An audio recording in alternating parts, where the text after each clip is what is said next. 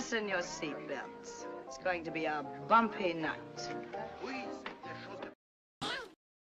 But tell me, Eddie, is that a rabbit in your pocket, or you just happy to see me?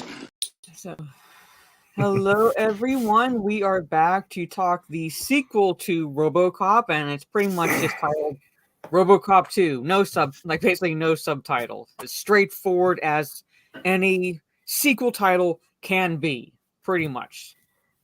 So, I literally finished watching it about a little over 20 minutes ago because I had to keep stopping to take care of stuff. But I wanted to get it fresh in my mind. So watched it today, and since it's now fresh in my mind, I will say, before introducing my co-host and the chat, as I normally ask people what they prefer, the first or the second one, I will say I prefer the first one. Not to say that the second one is necessarily bad. There are parts in it where I'm probably could have been left out. But at the same time, as far as sequels go, it's decent. I've seen much, much, much worse. So it was enjoyable. But I prefer the simplicity of the first plot. Or the simplicity of the first movie's plot, essentially.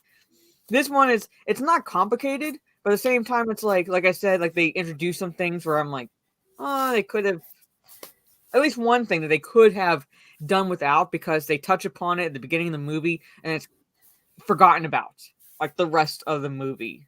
So it literally could have been removed, essentially, for the most part, and altered a bit, and it would have gotten the same effect. But anyway, so before I say hello to go through the chats, introduce my co-host Orange Hat Reviews. So again, I'll ask him to say where you can find him, or yes, I cannot where people can find me. Where people can find you, and then which of the two you prefer, pretty much. I cannot talk tonight. Well, I am Orange Hat Reviews. You can find me on YouTube. I just recently got a Rumble. I'm still mirroring the accounts. I honestly don't understand Rumble at all. But I also do mystery reviews where I make people guess what I'm trying to review. I recently did Warm Bodies for Valentine's Day. Next one is time travel and romance angle. That's going to be next Tuesday. Mystery reviews are now 2:30 in the afternoon instead of 10:30 in the morning. Mm-hmm. I also do guest choice reviews where people can come on or talk about movies that they enjoy, or a specific movie that they enjoy, where they get to pick the time, the date, the movie, and the only place that the only thing I get to choose is the place, and that's my channel. Mm-hmm. I also cover I'm going to be covering the Alec Baldwin situation even further now that there's most likely going to be a criminal trial. You can find me on Twitter as well at Volen OHR, VOLEN OHR. I also have a Valkorian channel where I cover Star Wars EU stuff, giving a unique perspective on certain events. And you can find me on Instagram as well at Orange Hat Reviews using this logo. So yeah, that's where you can all find me, and I pop in on other people's channels as well. Society of Reviews channel, Mars channel, and a few others. Yeah, I have Rumble as well. It's really to mirror YouTube, and the primary reason I got it was so that way I could dual stream. So in case any bullshit happens with more copyright claims on this channel, at least I'll be able to earn a little bit of extra income through the Rumble side, pretty much, since I'm mirroring everything, or at least on my main channel over there right now. Yeah. But of the two, like I said, I prefer the first one.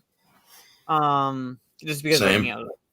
It's more visceral, and it's a more comprehensive story. It doesn't delve into the loony or insanity that this one does. Yes. So I mean, the insanity in parts of this works. Yes. But in other parts, I'm I kind of I don't want to say delves into, but kind of touches on the comical almost. Yeah. Or Irvin Kershner has a way of adding comedic elements to his products, and he did it with Empire Strikes Back. He also did it with this movie. He tends to incorporate comedy in serious toned movies. Mm-hmm. And he for does the it very most part, well. it can work, because levity can work, because you do want to break up seriousness in some movies, so like it's not exactly weighing too much on the audience, and you can have a little bit of a breather. But like some parts where I'm like, where it's like, I'm not trying to like be nitpicky or anything. Where I'm like, sometimes where I'm like, oh, you didn't quite need it there. It's not as bad as like, in my opinion, as the MCU humor, where like they can't like not do a scene without some type of one-liner or joke, pretty much. Like they always have to, like you can't let the audience take in a serious moment without someone dropping a witty one-liner, as if every fucking one of them's Iron Man, pretty much. Right. And I'm like it's not bad like that, but it's like parts where I'm like, okay, like that's got a little smile, but it's not exactly. You could have taken it out or not touched, like done it, and like would have been fine. Yeah. But from the top, I see Trey. What's up? Yeah, it's a decent sequel. It's a decent sequel. It's not great, but like I said, I've seen much worse as far as sequels go. Bo said it's gonna chill and listen. Good evening to you, Jacob Ironside. Hello, Keely. What's up? Yes, this is my Rumble. Like I said, I mirror the stuff over there, so that way, once I get to 100 subs or followers or whatever they're called over there, I can dual stream. So I don't have to deal with as much bullshit as I do on the YouTube side. Gravy, and I saw that you member for 4 months. Communications, the only choice. That commercial just dark but morbidly funny. Yeah. We'll touch on a little bit on the commercials that they show in this movie to kind of like still sets up like a bit of world building for the second movie. Jaluk, hello, good to see you. Moobut says, I'm just happy. Well, I'm happy you're happy, Moobut.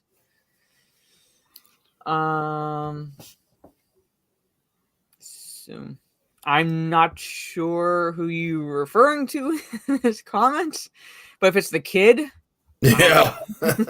I'm like, it's the kid. Hop, or I think his Hob, name's Hop. Yeah. Hob, yeah. Zekarat, howdy, glam dude, what's up? Although I will Kane could give. have been better, and what's a shame is that Tom Noonan is a good actor, and for those who don't know that, like, he's not like a big actor, but for those who at least know these movies, or at least this one movie in particular, I think he was in, two. One is Monster Squad. He played Frankenstein's monster in Monster Squad. So that's where the infamous line is, the Wolfman has nards, comes from. Nice. And I believe he had a smallish role in Last Action Hero. So he can be a good actor. I think he's the guy that had Arnold Schwarzenegger's son, like the bad guy at the beginning, like in the movie within the movie. Jack the Ripper. Yeah. I think that was he. But he was definitely in Monster Squad. But he's like, he's not necessarily a great actor, but he's a good actor, and I feel like they could have utilized him better in the sequel as a villain, because you have him set up as a villain. Like, it's kind of like the first one where you have him set up as a villain, but then you find out it's like, oh, there's like a bigger one sort of situation. All right. So it's like, the one that's kind of the proverbial puppet master pulling the strings. But I think like that's another one criticism I have of the second one, is it felt like a rehash of that element of the first movie, or it could have just been simply focused on Kane, like building up his drug empire. Honestly, I think that he played a brilliant role in this. I mean, especially when he butchers that one cop and forces the kid to watch. So, well, yeah, I mean, I'm saying it's like when I say like he could have been used better, I'm not saying that he was like done a disservice, but I feel like they could have utilized him just a little bit better. And yeah, I know it's Omni, so they are the proverbial puppet masters, so they're going to have their little grubby little hands and stuff. But I feel like I wish he had been more of a focus and not the shit that Omni was trying to pull. Yeah, more of a puppeteer than a puppet. Yes. Because it felt like a rehash in that sense of the first movie. You know, it's like where it's like, you know, it's like, I'm not saying Clarence Boddicker was a puppet necessarily, but he was working for Dick Jones. So Dick Jones was essentially the puppet master in that scenario, and it's almost the same thing in the second one. Or at least it becomes the same thing in the second one because of what a certain character decides to do. Because, yeah, let's use a criminal's brain. What could possibly go wrong? Right. And I also do like the kid or Hob in the beginning of this, or in the beginning of the movie. He freaking wields a freaking 50 cal, a Desert Eagle. It's like, yeah, that kid shooting Desert Eagle, I'm not buying. No. Not without his wrist breaking. Yeah. Yeah, dim words be hard. Yeah, it's like midweek. Words are hard. For those of you who don't know, Desert Eagles have quite a kick, even for people who are of bigger build. Yeah. Every time I hear Desert Eagle, I think of the movie Snatch, when the two guys are trying to hold up. Oh God, what's that actor's name? He always plays a tough guy. Like a brutish tough guy character, and they're trying to threaten him with these like fake guns that they try to spray paint to make them look real. Oh my God. And he's like, he could tell right off the bat. Vinnie Jones, thank you, Vinnie Jones. I was blanking on his name. And Vinnie Jones is like, he could tell right off the bat that they were fake, and he puts his Desert Eagle on the table because yours says replica on the sides of your guns, while mine says, you know, Desert Eagle 5.0. They just drops his big ass gun on the table, and they just like, why don't you just fuck off? So, but Vinnie Jones, yes, I love Snatch. So, but every time I hear Desert Eagle, I think of that scene. As if putting a human brain inside a cybernetic suit isn't insane enough. That's insane. But then taking that prospect and using a criminal brain, someone who has no moral compass whatsoever, is like a whole new level of insanity. And is also dependent on drugs. Yes. Narcotics.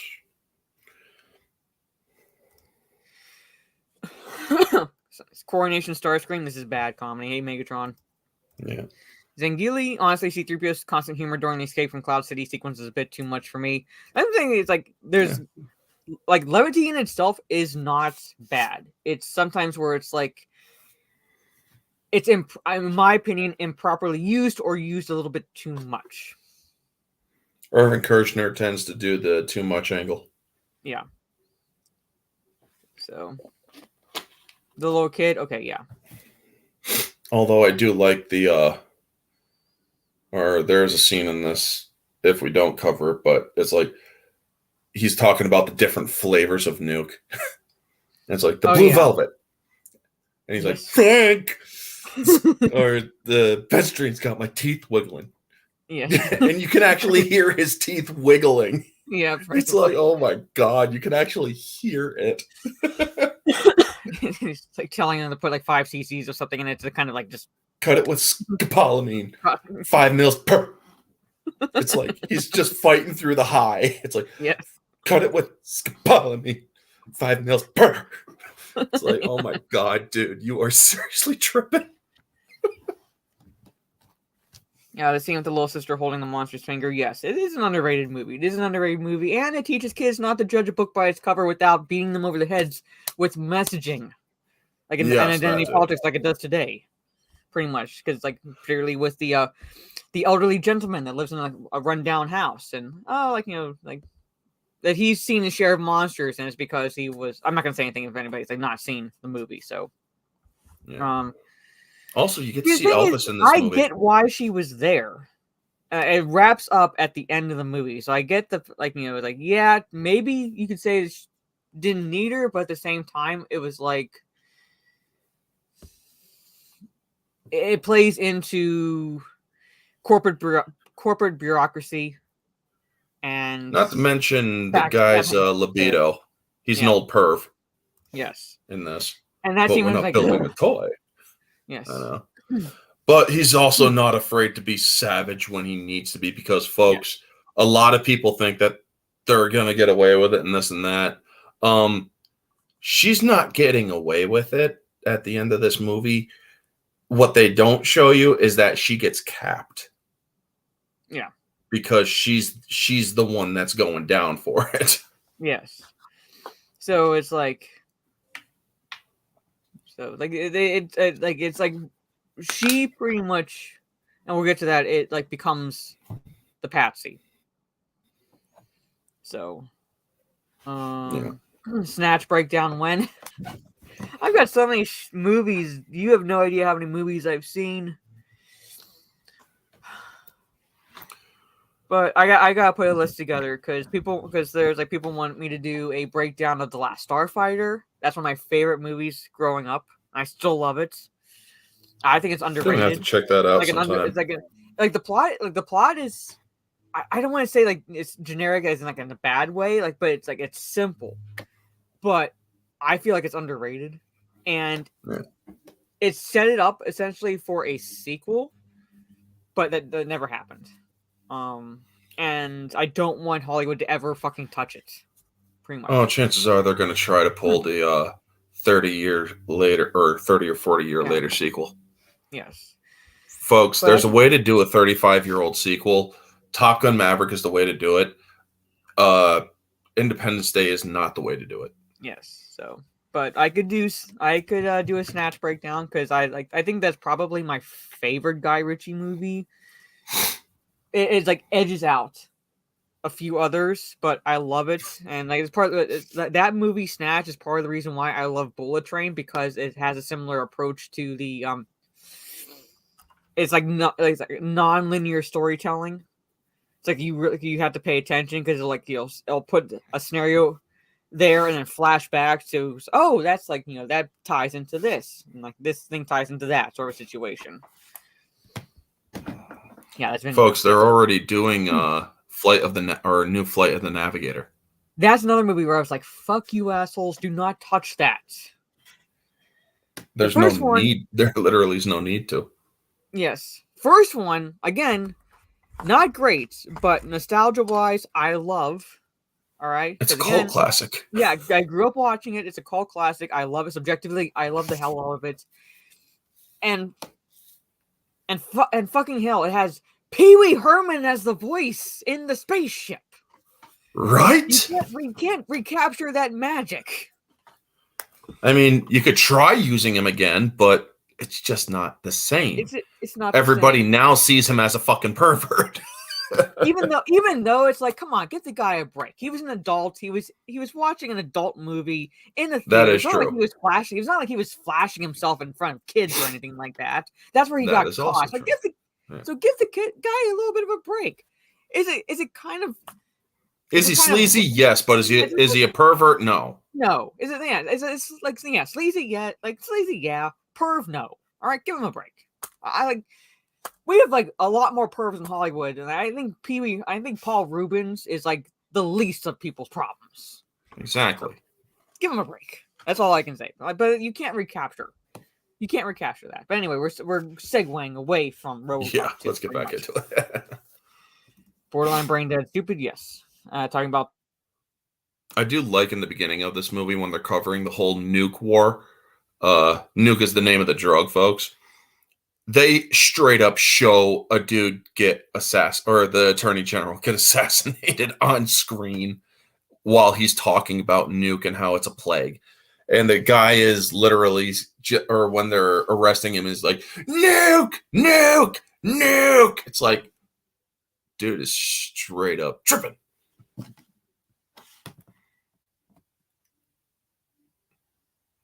Uh-oh. Did she freeze, or am I still what's going on? Hope it's not my internet. I think we lost Mara. Yep, we lost Mara. Well, welcome to the Orange Hat Show. No, just kidding. But yeah, she froze. She'll be back. Now she knows what it's like for me when I first started getting my shit back or getting my shit going, folks. I would freeze and I would be kicked out. And oh my God, yeah. I fucking hate StreamYard. It's not StreamYard. It's probably your internet in that case. Yeah. But as I was telling actually, StreamYard has kicked me out. Oh, really? Periodically, yeah. It has been done in the past, but they've done that to me too. But it's like, hey, you now know what I go through. Because remember when I was just a younger YouTuber, I had the worst freaking internet. If a phone freaking rang, my internet went down, folks. Now I don't have that problem. The thing is, like, I'm using like this T-Mobile router that my sister like used for work, pretty much. So it's not exactly hardwired, but at the same time, it's like my internet is such that I should not have to factory reset the fucker every day, as I'm having to do. Sometimes mine reset or freezes up to the point I got to go downstairs, unplug it, plug it back in. It's like, oh my God, can you guys just? I'm saving up to get a new freaking router because I cannot stand. It's a Linksys, if you guys know what those are. Yeah. So I was on this comment when StreamYard kicked me out, or like, see, the thing is, I don't show a signal loss or anything like that. It's for some reason it's not reading the internet. So I don't know what's going on. Like, short of calling them and say, hey, you fuck, send me a new one, because I should not have to reset this stupid shit every damn day, just so this doesn't happen. I'd love to be a fly on the wall for that phone call. Oh my God, I cussed out I cussed out a PNC person one time. I am betting that the person would then proceed to go home, and then they would be in their shower, curled up in a fetal position, crying. That's the wrath that Mara can bring. Mm-hmm. Yeah, pretty much. She did it to Lethal once. Don't tell him I told you that. Yeah, I remember as well, pretty much. The main problem I had with Independence Day Resurgence was the size of the ship that clamped down onto the Earth that would have rendered Earth uninhabitable. I didn't bother. That is very true. I didn't bother watching the sequel. My dad did. I walked into the room because he had it on the TV, and I saw the end of the movie and all these parts of the alien spacecraft falling to Earth and conveniently hitting no one. Right. I was like, yeah, nope, I'm out. I was like, I just walked out. It's like, how the fuck do you miss everything? I was like, I noped. I was like, nope. I walked out of the room. Like, I'm glad I didn't waste my time on that. Yeah, I had internet trouble. Like, big F for the fucking internet. Yeah. But yeah, I was telling them about the this is StreamYard, and with the nuke problem. Yeah, I need to get with someone who actually knows how to use OBS for streaming. So yeah, I'm thinking about going over to Streamlabs for time to check them out. Yeah. But it's just the beginning of this movie. They're explaining the whole nuke situation, and I believe they also have the. I think this movie is the one that has the Magnavolt car. Yeah, I love that commercial. I love that commercial at the beginning with John Glover. It's like Magnavolt. Yeah. See, the thing is, it's like it's partly Streamlabs, but it just if the router is for some reason not reading the internet, it'll fuck everything up. So I'm like, I should not have to factory reset this thing before I stream every time.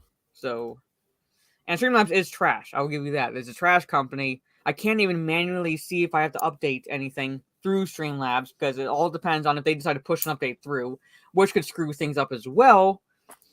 And I don't know OBS that well. So, did you contact StreamYard about getting your clip fade out turned off? No, not yet. No, not yet. Because they actually did it for me. Yeah. And they're actually looking into making it an optional thing now. I'm like, good. Well, hey, I changed your company. Now I can be happy. Like right now I'm living at home and the home internet is Verizon. But here's the thing. for some reason, my PC, because the Verizon router's in the basement, my dad still works, even though he should be retirement age, or he's it's like he should be retiring. My PC won't read it. Like, I cannot connect to the normal internet at all. And I can't drag my PC everywhere, much like I can move my laptop. So, and Verizon doesn't offer 5G internet in my area yet. They roll out 5G towers, but they don't roll out 5G capabilities for everyone yet. I'm just waiting for the world to go the zoo scenario with all the internet and microwaves that they're putting around this damn planet. You ever read James Patterson's book, Zoo? All fucking mighty. Yeah, she froze again. Yes. All right. If it happens again, I'm going to have to factory reset the router. You might have to hold down the fort if it happens again. Nah, I can hold down the fort. I'm very good at it. Aren't I, folks? Yes. Don't you dare make me look bad. Verizon is tripping, but at the same time, it's I should be able to read the signal, and they tried playing catch up with AT&T because AT&T was rolling out 5G towers, and Verizon's we gotta catch up. We have to make sure that we are competition for them, and so we contact them we see you promoting this 5G internet. Do you offer it here? Nope. So basically, the representative told us that they rolled out the towers, but not enough for them to be actual nationwide coverage. Stunning and brave Megatron. It's kind of funny that you say that because we're literally, or if the SJWs want to complain about global warming, this would be the week to do it because we're getting 50-degree temps in February in the Adirondacks. It reached 70 degrees here today, so Holy we're close to 70. Yeah. Damn. And Damien, hello. I wish they made a Lynx's car that was all low polygonal mech gray panels with those giant antennas sticking out everywhere. Yes, the car at the end, pretty much. Yeah. Of the movie. And getting back to the video, friggin' the reason or the thing that Mara was referencing earlier that they should have used later was they brought back the wife for this movie. Yeah. And he's driving by her home to check up on her and whatnot, but she doesn't know it's her husband. No. So I'll try to I'll try to go to the scene while you're talking about it. So yeah, she's threatening to sue, and it's damn, man. And so the guy's like, "Can you really be a husband to her?" It's you really got to hit below the belt. Didn't you know that this is OCP? They can manufacture a robot dick if they wanted to. But I mean, I wouldn't have put it past Irvin Kershner if there was a deleted scene somewhere, to be 100% honest. But present the screen. I'm saying, I'm not going to play the clip. Yeah. We're going to see it from RoboCop's perspective because he's watching the house. Mm-hmm. And she notices. Murphy says that she didn't remarry. Or she's... Yeah. So. She kept the name. Yes. And she's in distress because of it. And so he has to, or OCP decides to step in and basically make a tape of him recording or saying that he's not human. He's just a robot cop and nothing more. And then they bring her in and he has to basically break her heart. Yeah. He destroys his wife. And it is the worst thing it's holy fuck, they actually did that because he watches her leave. Yes. He watches her leave and she's like, I don't know what's happening. This is just take me home and whatnot. Yeah. Yes. Which I wish they did not have to necessarily go into it in great detail, but I kind of wish it brought it back a little bit full circle by the end. But after she leaves, it's completely forgotten about. Yeah. It's okay. No more use to the plot. So we're just going to move on and kind of forget that it happened. So It's I like guess like yeah. So I they're didn't. closing out the last chapter on his human life in this Yeah. movie. Yes. Yes. So she's never seen or even mentioned again. And like I said, we didn't necessarily have to see her again, but I feel like the concept of him, because it's closing out that last chapter of his life, but at the same time, they still touch on the humanness within him, because he's not a robot, he's a cyborg. So there's still the human memory that His he brain has. is still in there. Yeah.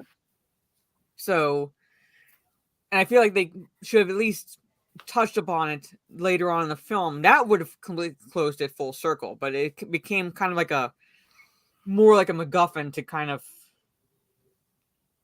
MacGuffins actually kind of progressed the plot forward. This really didn't progress the plot forward. It just was shown and then thrown and kind of like, okay, we're done, moving on. Let's focus on focus on Kane and think what's happening in Detroit City, because Detroit City, which was supposed to be cleaned up with the RoboCop program, is still pretty much a haven for criminals. Yeah, as we see. Yeah, I felt a little bit contrived. Didn't feel natural, especially since it is not at all referenced even later on in the film. Hey, Teresa. And another thing that I really liked is how they show in the beginning of the movie, they also expand on certain things that RoboCop can and can't do. When he's in the store, or when he's busting up a drug ring and whatnot for the nuke, he sees Hop there with a gun. However, it says targeting canceled. Yeah. He can't shoot a kid. Mm-hmm. Even if that kid shoots him square in the head. Yeah, I mean, it's like that is a very limiting it's a very limiting program, because it's like kids can be killers, This movie clearly shows it. And also we see that some cops are bent. That's a little bit before the wife scene. Yeah. It's right in the it's right after the news stuff that shows about the whole drug plague that's going on with nuke and whatnot. Yes. Here, I'll share screen. Yeah, it's like, as you said, targeting denied. Yep, targeting denied or canceled or denied, yeah. So and he's like, can't shoot a kid, can you, fucker? And then he just blasts him. And you guys can clearly see that is a freaking 50 Desert Eagle. Or that could be the 45 variant. Still, it's a big enough caliber, and that kid is small enough that once he pulled the trigger, his head should have gone back into those pipes. Yeah. So I'm like, I can suspend disbelief, but knowing what I know about recoil and firearms, I'm like, he should have flown back a little bit. And I also like how it's like these guys know when the cops are coming. They know when he's going to be somewhere, and it's because there's dirty cops in there who get their fix on nuke, and he eventually finds it because he gets disassembled in this movie. And I love the puppet that they made of the disassembled RoboCop with Murphy and his mask taken off and whatnot. It actually still looks like Peter Weller. And it's like, holy shit, man. What do I think of the RoboCop's updated look for the movie? I still prefer the original look from the first one, but the updated look makes sense because time has passed. He's the only RoboCop until they try to pull the OSP pulls their shit later on in the movie. So it makes sense for his suit to be updated, to have an updated look for the So I can look past it, but I prefer his original look. No, he's not strong enough to withstand it. I have bigger arms than that kid, so he's not strong enough to withstand it. Plus, he's not even holding the gun properly when he fires it. So he should have flown back. That kid with the way that he fires it like this, out like this, his arms are straight like this. His hands would have went up like that the second he fired it. Not to mention, he would have lost the grip to that gun as well. Yeah. Hey, Iron Gun Man. safety is important, folks. Just ask Alec Baldwin. Yes. So, but when I was watching this movie today, for those in the chat that watch my Twitch streams, I played the game High on Life, which is like from the creators of Rick and Morty, so it had the Rick and Morty type humor in it. And there's a part in it where you can shoot an alien kid, and you actually get an achievement for it. Oh, damn. The achievement for it is Fallout will never let you do this, or something like that. So when that kid says you can't shoot a kid, asshole, my first thought was, I can. I know. It's like, yeah. Can't shoot a kid, can you, fucker? Bam! It's like, what the fuck? Because that's actually what he says. It's like, can't shoot the kid. This kid doesn't, or he swears like a sailor in this movie. Also, you got the Janet Jackson wannabe that's also helping him after Kane gets stopped and put in the hospital by RoboCop after RoboCop is sick and tired of all the extra added priority or directives because they gave him. It's like directive like 562, treat everybody the way you want to be treated. Rescue kittens from trees. It is insane stuff they put in there. He's getting spray painted. He freaking shoots at a dude who's smoking in this film. Yeah. Like, thank you for not smoking. Yep. And he shoots an entire outline of the guy against the building. Boom, boom, boom, boom, boom, boom, boom. Thank you for not smoking. Yeah, it's like, what the fuck? Well, yeah, he does swear like me. Yeah. But for me, also, it's like I guess morbid humor aside, part of the reason why I say I can is because, like, even as a military vet, we have rules of engagement, but those go away once that person points a weapon in our direction. So this kid would be protected. All right, because our no civilians, right, would be protected essentially, not shoot a kid. But the minute or the second he pointed that gun at me, all bets are off. Life forfeit, essentially, folks. Yeah, pretty much life forfeit. That's part of the reason why I say that I can, because that's basically the mentality, the rules of engagement. So once he did that, he is no longer protected. He is now an enemy combatant. And not to commit blasphemy here, folks, but that kind of what she's describing is actually shown in the reboot of RoboCop, because the Ed 209 literally wastes a kid that raises a knife. But yeah. So. But yeah, that's basically, it's like if they present a threat to you, you have every single right to waste that person. Yeah. So will I like it? No, because I'd rather not have to do it. But as we said, life is forfeit at that point because you are now a threat. So I mean, as much as I can acknowledge that movie is absolute trash, I still do find a little bit of entertainment value out of it. The reboot. I could still acknowledge that it sucks to shit, but this one is far better.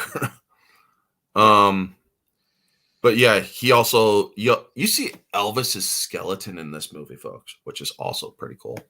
Yeah. So they evacuated him from Graceland. So, but in here, the kid shoots, basically, again, putting all disbelief aside that this kid is able to hold his own with a .50 caliber weapon, shoots RoboCop in the head and disrupts his targeting system. Mm-hmm.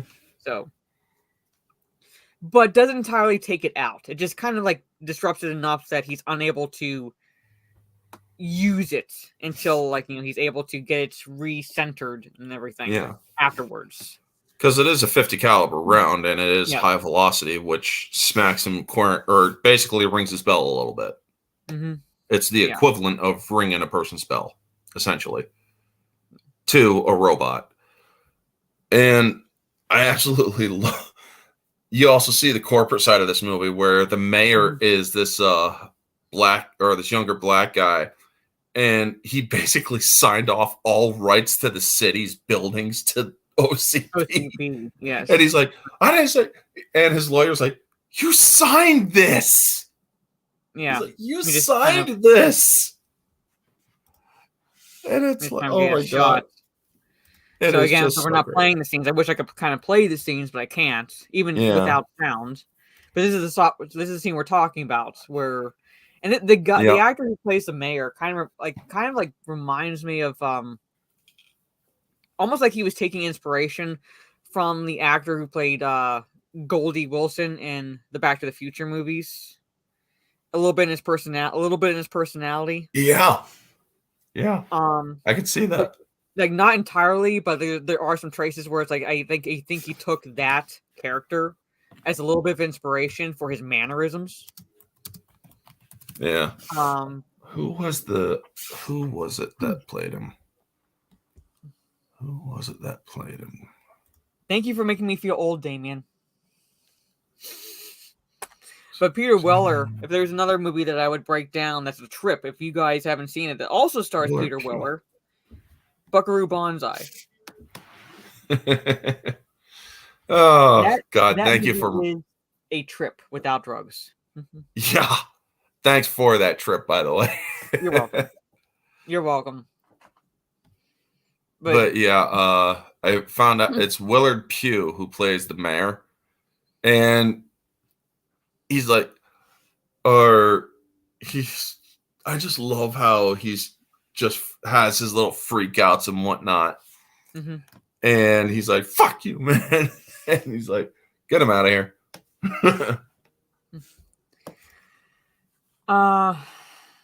Wouldn't it be worth reviewing? Would it be worth reviewing? Which one? Buckaroo Banzai? Buckaroo Banzai. It's holy crap. It's up to you, but it's like it's one of those cult classics where like most people don't know about the movie.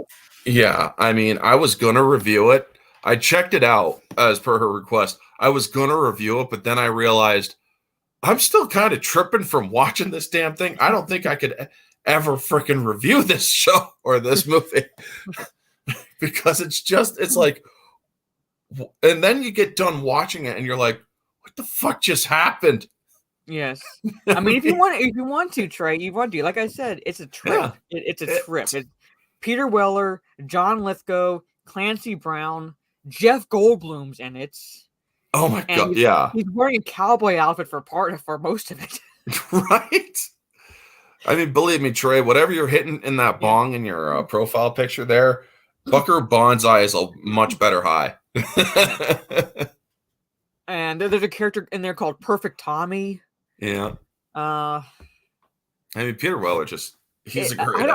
I don't want to say too much because, like I said, it is very much a trip. But like you'll see if you're able to find it, you'll see what we're talking about. You mentioned one thing you mentioned one thing in context in that movie. The next scene completely just blows it out of context. Yeah, pretty much. There is a little bit of trivia. It doesn't spoil anything. But the end of the movie where you see the characters walking and, like, to the music. All right, the music they're walking to is not the actual end track song. They are walking to Uptown Girl by Billy Joel because Uptown Girl had the same beat as the end score. Wow. So when you see them walking, they're walking to Billy Joel, and then they put the end music over that, and the beat is the same. So, wonder how the mirroring thing I think I saw Peter Weller in was what's the movie with Gerard Butler and Jennifer Aniston called The Bounty or something, where Butler plays a bounty hunter and he's tracking his ex-wife Aniston's character. Peter Weller's in that. He's like a bad guy, and I think that's the last movie I remember watching him in. So, Oh, hey, I got a subscriber over on Rumble. Awesome. Oh, Yep. no, wait, it's me. There you go. Yeah, I was right. The bounty hunter. Yeah, Yeah. but he was in Snap. He played the bad guy. But yeah, Trey, if you want to, if you can find it, The Adventures of Buckaroo Banzai Across the Eighth Dimension is the actual title, but you might be able to just find it under Buckaroo Banzai. Yeah. So, and Peter Weller, the character itself is half Japanese, half white, but played by Peter Weller. So, again, So he's Solid Snake. Yes, pretty much. So, Huh. it's a little stretch of imagination. So back to RoboCop 2. This is the scene you're talking about, basically, where the mayors come in, and we find out that somehow this private corporation has... They duped him. Yeah. They duped his ass. Owns Detroit now because the city of Detroit, the mayor, the government, is in debt to the private company. Yeah. It's like, we'll just buy you out. So. Yes, Abomination. I just love the movie. It's a trip. Anyway, Yeah. but yeah, he got swindled. Yeah. And to answer Abomination, yes, it's admitted in Metal Gear Solid 1 that he's that he's part Japanese. So, and the only two in this scene that were in the first one was the old man, and he's still called just the old man. We don't even know his name. And I think his name is Johnson or something like that from the first movie. He was basically I guess for one of a better way of putting it, the assistant to Miguel Ferrera's character, Bobby. All right, so he's returned. So he's kind of like, I guess, taking the place. When I say taking the place, I mean like in the ranks where Bobby was. Like Johnson has moved up pretty much. Like he was like probably a little bit below Bobby, and now it's moved up, and where he's talking to the old man directly versus like going through someone. So he's kind of moved up in ranks. Bowser, I pity you. He never could get into Metal Gear. It's like, damn, dude, that sucks because that's one of the best games best game franchise ever. It essentially did. It essentially kind of predicted the consumerism and the growth of some companies to the point where like they are kind of in line with OCP. So some people can make a correlation between OCP and Disney, except that Disney doesn't produce weapons and for the military. Yeah, that's pretty much the only difference at this point. Otherwise, they're pretty much OCP. I mean, power structure wise, yeah, OCP. But what they do, not so much OCP. No, I mean, some of their more evil and satanic practices, sure, but they don't produce weapons for the military. That's basically the only difference between OCP and Disney. So, but I also like how they pitched the RoboCop 2. It's like you get this one version, plugs two scientists in the kneecap and blows its own head off. Yeah, so I mean, I'm kind of stop sharing the screen, like I said, because I wish we could go ahead keep the movie up, but I don't want to risk the stupid bots on YouTube. Well, go to my reply to you on Twitter, and it shows one of the other RoboCop 2 candidate things where it pulls up its helmet and its skeletal face. It's like, yeah, boink. I mean, I could not stop laughing when I saw that for the first time when I was a kid. It was just so freaking hilarious. Yeah. It's, again, like funny, morbidly so. Yeah, it's like we can't seem to... Well, Alex Murphy is doing well. Alex Murphy was a special case or was an exception to the rule or something like that. Yeah, right here. Yeah. Again, I wish I could play these parts because like you're not supposed to necessarily laugh, but these things are so morbid that you can't help but laugh. There is something darkly humorous in this scene where they're watching these tapes of these, like, you know, basically these trying to recapture what Alex Murphy does, like RoboCop 2 and these different prototypes. And you have the first one come out and just like draw out the gun and shoot the woman that's in front of him, wound the other scientist in the arm, who we see later on with a cat with us with a cast. Yeah, and it's so then freaking it shoot itself, and it shoot itself in the head, pretty much. And then sirens come up on its shoulders. It's like, what the fuck? I mean, it's like, oh my god, man.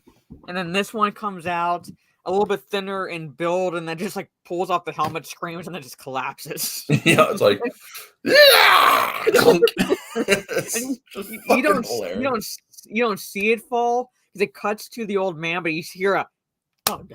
You hear the thump and whatnot. It is freaking hilarious. We're primarily introduced to the Julia Fax character. You know, she is. I'll put this. She's not exactly Dick Jones 2.0, but she kind of serves the same purpose in a way, and that is the callousness in her, like, basically demeanor, where she's. I think she's supposed to be what? She talks about psychotherapy. Yeah, but I have no idea what exactly her background is. But she's coming in. She's coming in basically. Let me see if I can find it. Hold on, where they describe her. She's not afraid to make her, or she's not afraid to use her feminine wiles to get what she wants either. Okay, she's coming in. I had to scroll back to get the caption, but she's coming to head the Attitude Adjustment Team. Yeah. Pretty much PR. All right. She's pretty much PR, but the gist of what you get from her character is that she most likely has a psychology or a psychiatric background, because she's very much about the mind, like controlling the mind, controlling behavior, things like that. Even in RoboCop, because you have that scene where he and the other little bureaucratic elements within the company are talking about like what directives they could add to RoboCop, because he only has the 3. He still only has the 3 primary directives that he was programmed with. And she says it's too broad of a spectrum or whatever. So she breaks it down into specificity. Folks, this is what's known as the SJW mindset. She is the perfect SJW in this movie. As Bowser basically says, SJWs in RoboCop 2. Exactly. That's what SJWs would do to police if they could. And I love how the cops react when they bring him in and give him or plug into him. It's like, he must be going out of his mind. How can he even see through any of that shit? Yeah, I'll show the screen, like I have it paused on it, basically.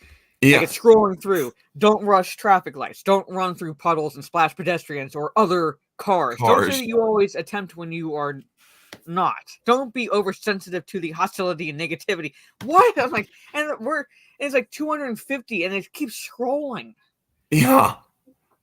Don't walk across a rail track or some shit like that. And I love it. It's like, he must be going out of his mind. Yeah. I mean, that dude's face says it all. I love this. Avoid premature value judgment. So basically, no profiling.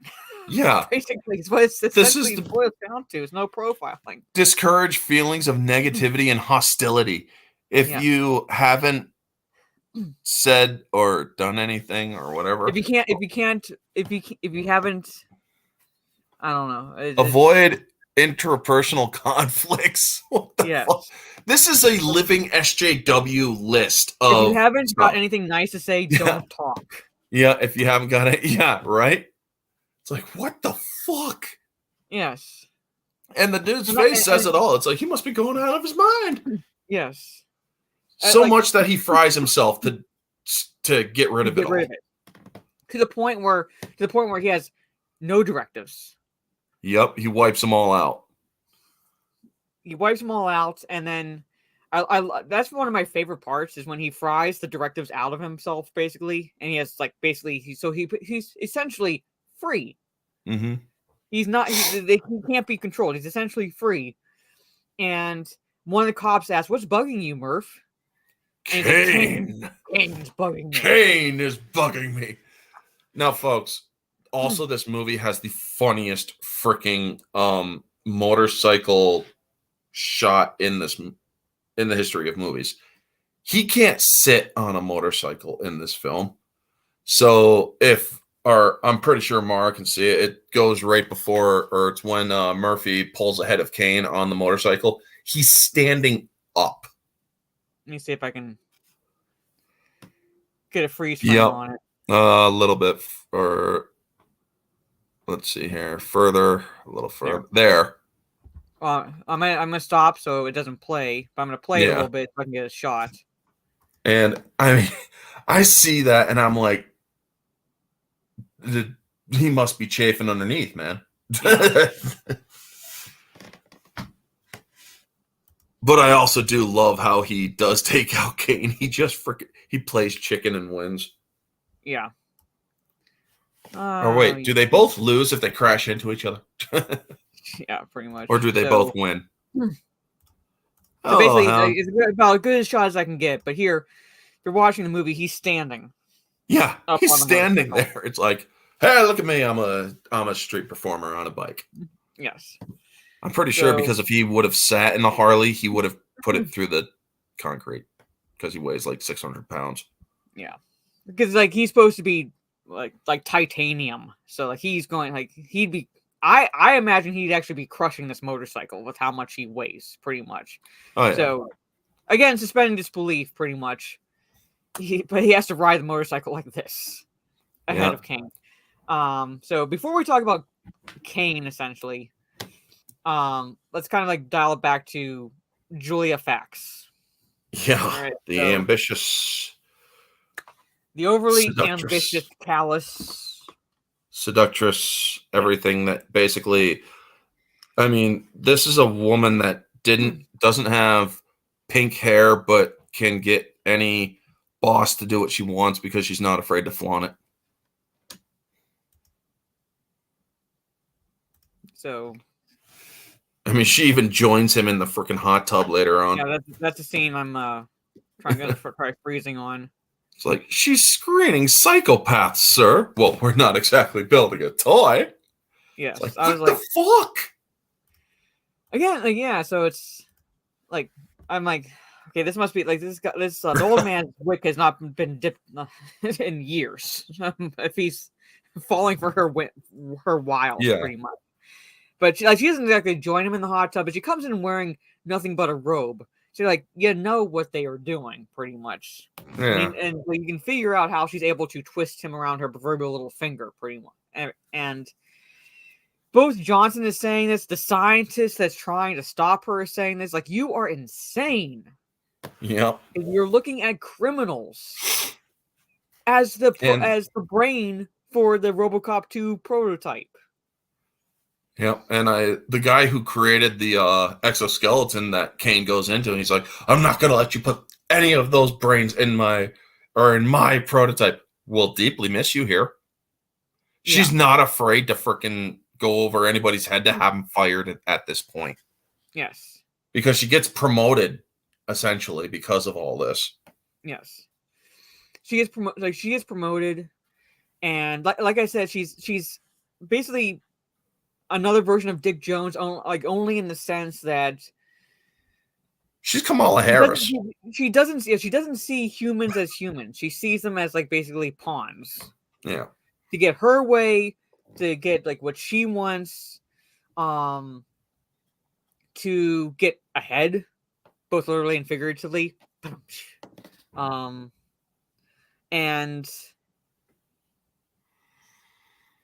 then she becomes the perfect scapegoat because she's the driving force primarily behind all the shit that happens. All the shit that happens is really, I mean, yeah, the old man and the guys like should take the blame, like OCP should take the blame, but at the same time, it's like she almost set herself up to be the perfect patsy in all the decisions that she made. Again, I know it's kind of like a blame the victim mentality, but she did. Mm-hmm. She did. Because she went over the scientist's heads. She's the one who picked the brain. she's the one who had the idea in the first place. So it's easy to freaking put all the blame on her in order to escape prosecution. I mean, folks, like I said, jokingly, but also kind of serious, she's basically Kamala Harris, if you really think about it, considering how Kamala Harris got her elevations in politics. This woman had no qualms doing the same damn thing, most likely, or basically. No. No, and we'll talk about the robot fight later on, and it's still fresh in my mind because I literally just finished watching it about 20 minutes before the stream started.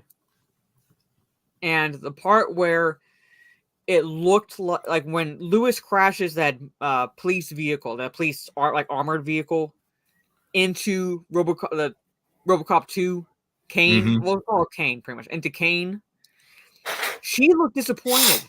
She looked disappointed, and then you see a slight smile on her face when it's revealed that Kane did not die as a result of that being crushed by into the wall by that armored vehicle. She's actually happy that Kane survived, even though he's mowing down innocent civilians and cops. She's happy. Yep. Again, because she wants to take a piece of, or wants a piece of him and take him out. Yeah. Some people call him RoboCane. Yeah, that's a good. That's fitting too. Okay, RoboCane, basically. Yeah, basically, a slight smile is on her face. Like she's actually happy, even though there are bodies strewn on the ground of wounded and dead, innocent reporters, cops. She's got the bloodlust. Yes, but was a bit better. Was better in this movie. Yeah, it's still a bit dated, but it was better than the first one. Yeah. Also, this woman is so freaking psychopathic to get what she wants. She actually kills Kane to do it. Yeah. She's like, I'm going to give you a chance of immortality. And he doesn't want it. He's like, what the fuck ever. But then she hears, or he sees her pick up the phone. Yeah, the subject just expired. We're going to need to get the brain and the organs out. You have 6 minutes to do it, pretty much. Yeah. Yeah. Otherwise, the brain is useless to us. And you see his eyes widen. He's he like, can't talk. What the fuck? Yeah. Because literally, RoboCop crashed into his body and crushed it. Yes. So the reason why he's picked is because chances are he won't survive because of that, the impact of RoboCop hitting him. It's you have a titanium body crushing into a human body. Chances are he would not have survived anyway. But at the same time, he's a piece of shit criminal. But you almost pity him in that sense because now his life, this woman is playing God with his life. Yep. He has no say. All right, no say, no choice in the matter whatsoever. He does not want to die. He very likely will, but he does not want to die, and especially not in the way that she's doing it, because she just turns off his life support. Yeah, she unplugs his ass. Yes, and not that's only how that. This is how twisted this is. His brain is kept alive, and you can see his eyes, and he can actually see what's going on outside of the tube that his brain and eyes are in, and they bring out his severed head and whatnot to discuss, well, maybe we can use this or his actual face as the interface for the machine and whatnot. And I'm like, this is so twisted. Imagine seeing this, folks, what it can do to you psychologically. Yeah, he actually tries to reach for the thing that she turns off because that's how much he wants to live. He does not want to do this shit. He does not want immortality or anything like that, but he can't talk because he has a tube in his mouth. Yeah. And his body is crushed, but he still tries to reach for the thing that she turns off, and she moves it out of his reach. And he goes, flips the switch. And no, he would not have been alive during the surgery, but his brain was... His brain is still functioning. They were keeping his brain oxygenated. So his eye, essentially, he is still alive. Yeah. He's just not able to do anything about it. So, and then it's but they're basically killing him for his brain, so that way they can create the RoboCop 2 prototype, and we'll call him RoboCane, which we find out later what he looks like. Yeah. But I love the fact that you have, it's kind of like how when Murphy was being turned into RoboCop at the beginning, and you see it through his perspective, you see it through Kane's perspective as well. Mm-hmm. And that's he a can't nice move his head or parallel. anything, so it's like, yeah, so he can't move his head or anything, but it's still from his perspective, and he is like just staring at her. And then before they his show memory is right. him. Yeah. Then they show him in the in cyberspace, his face, and his face is just contorted in pain and whatnot. And she taunts him. She's like, "Such terrible, terrible pain."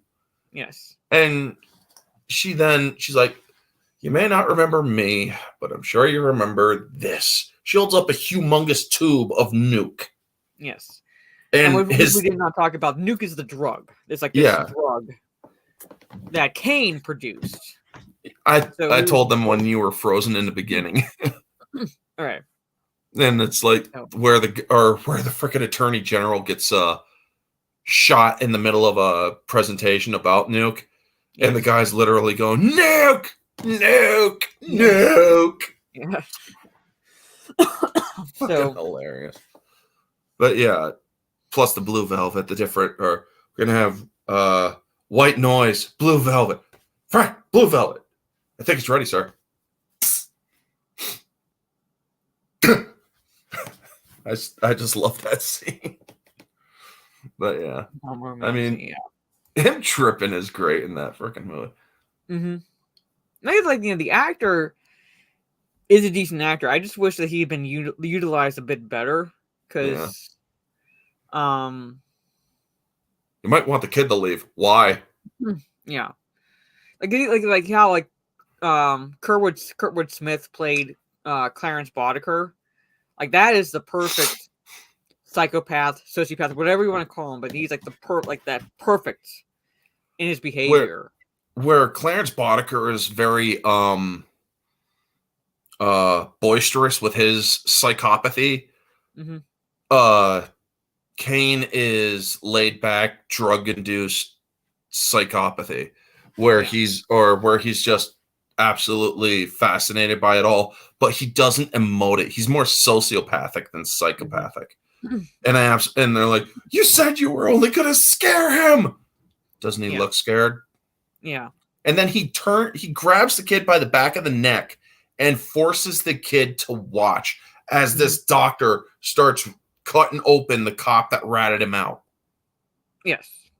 And again, I'm I wish I could play these scenes. Like, that was a good scene. That's where I was like, I wish they had used more of that side of his personality to him, where he, it's like that laid back calmness, but still beneath the surface, very much sociopathic.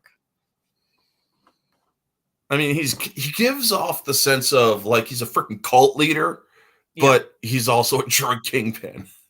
Yes. It's like a drug kingpin, cult leader, sociopath, essentially. Yeah. He's psychotic, but he's also a sociopath. Yeah, that's part of the reason why I feel like they didn't utilize him properly, and that is, I think they should have picked one or the other sort of situation. Either cult leader,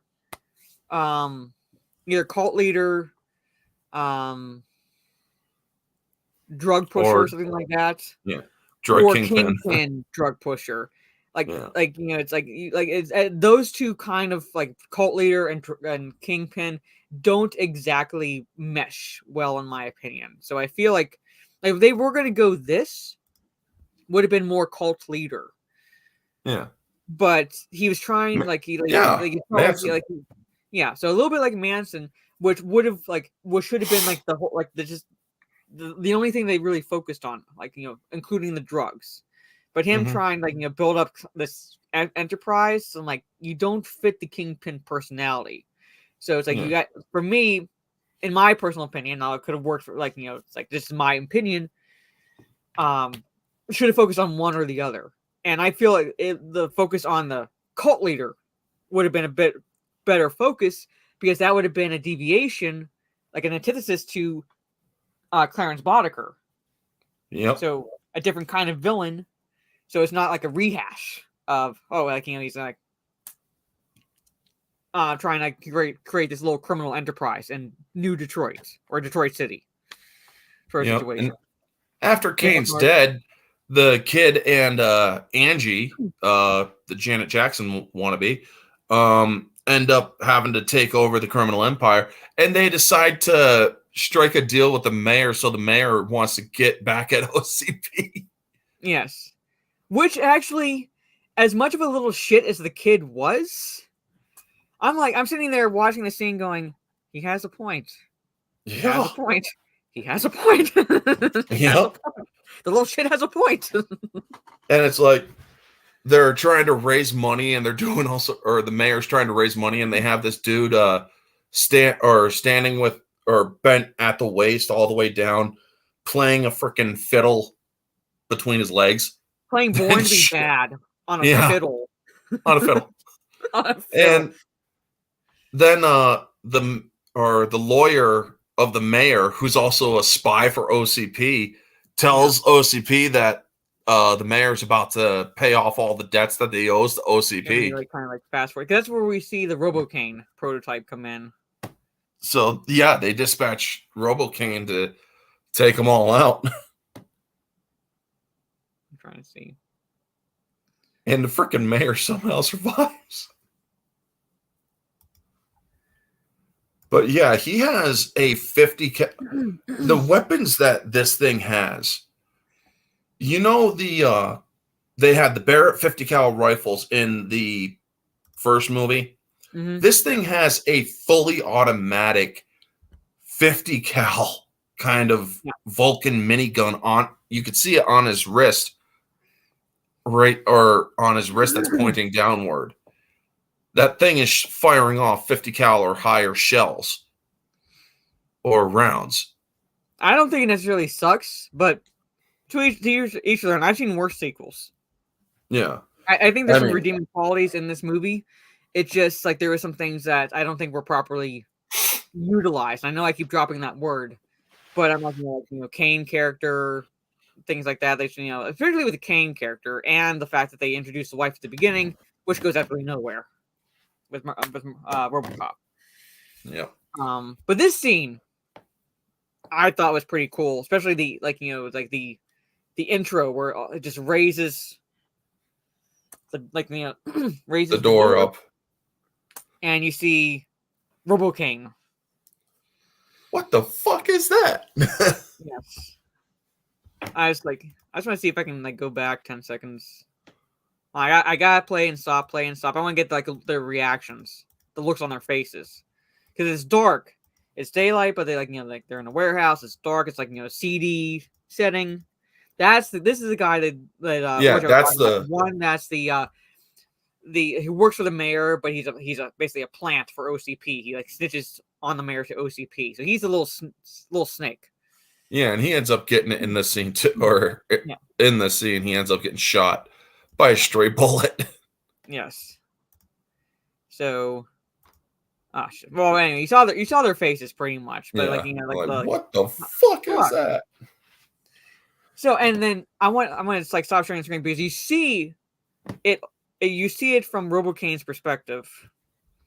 Yep, and as soon as he spots Angie, what his directive is. Yep. I want to see if I can get a shot from his perspective. Just wipe out everybody. It's wholesale slaughter. But I do like how when he sees Angie, the first word that comes up is memory, and he clicks it, and he remembers her. Yes.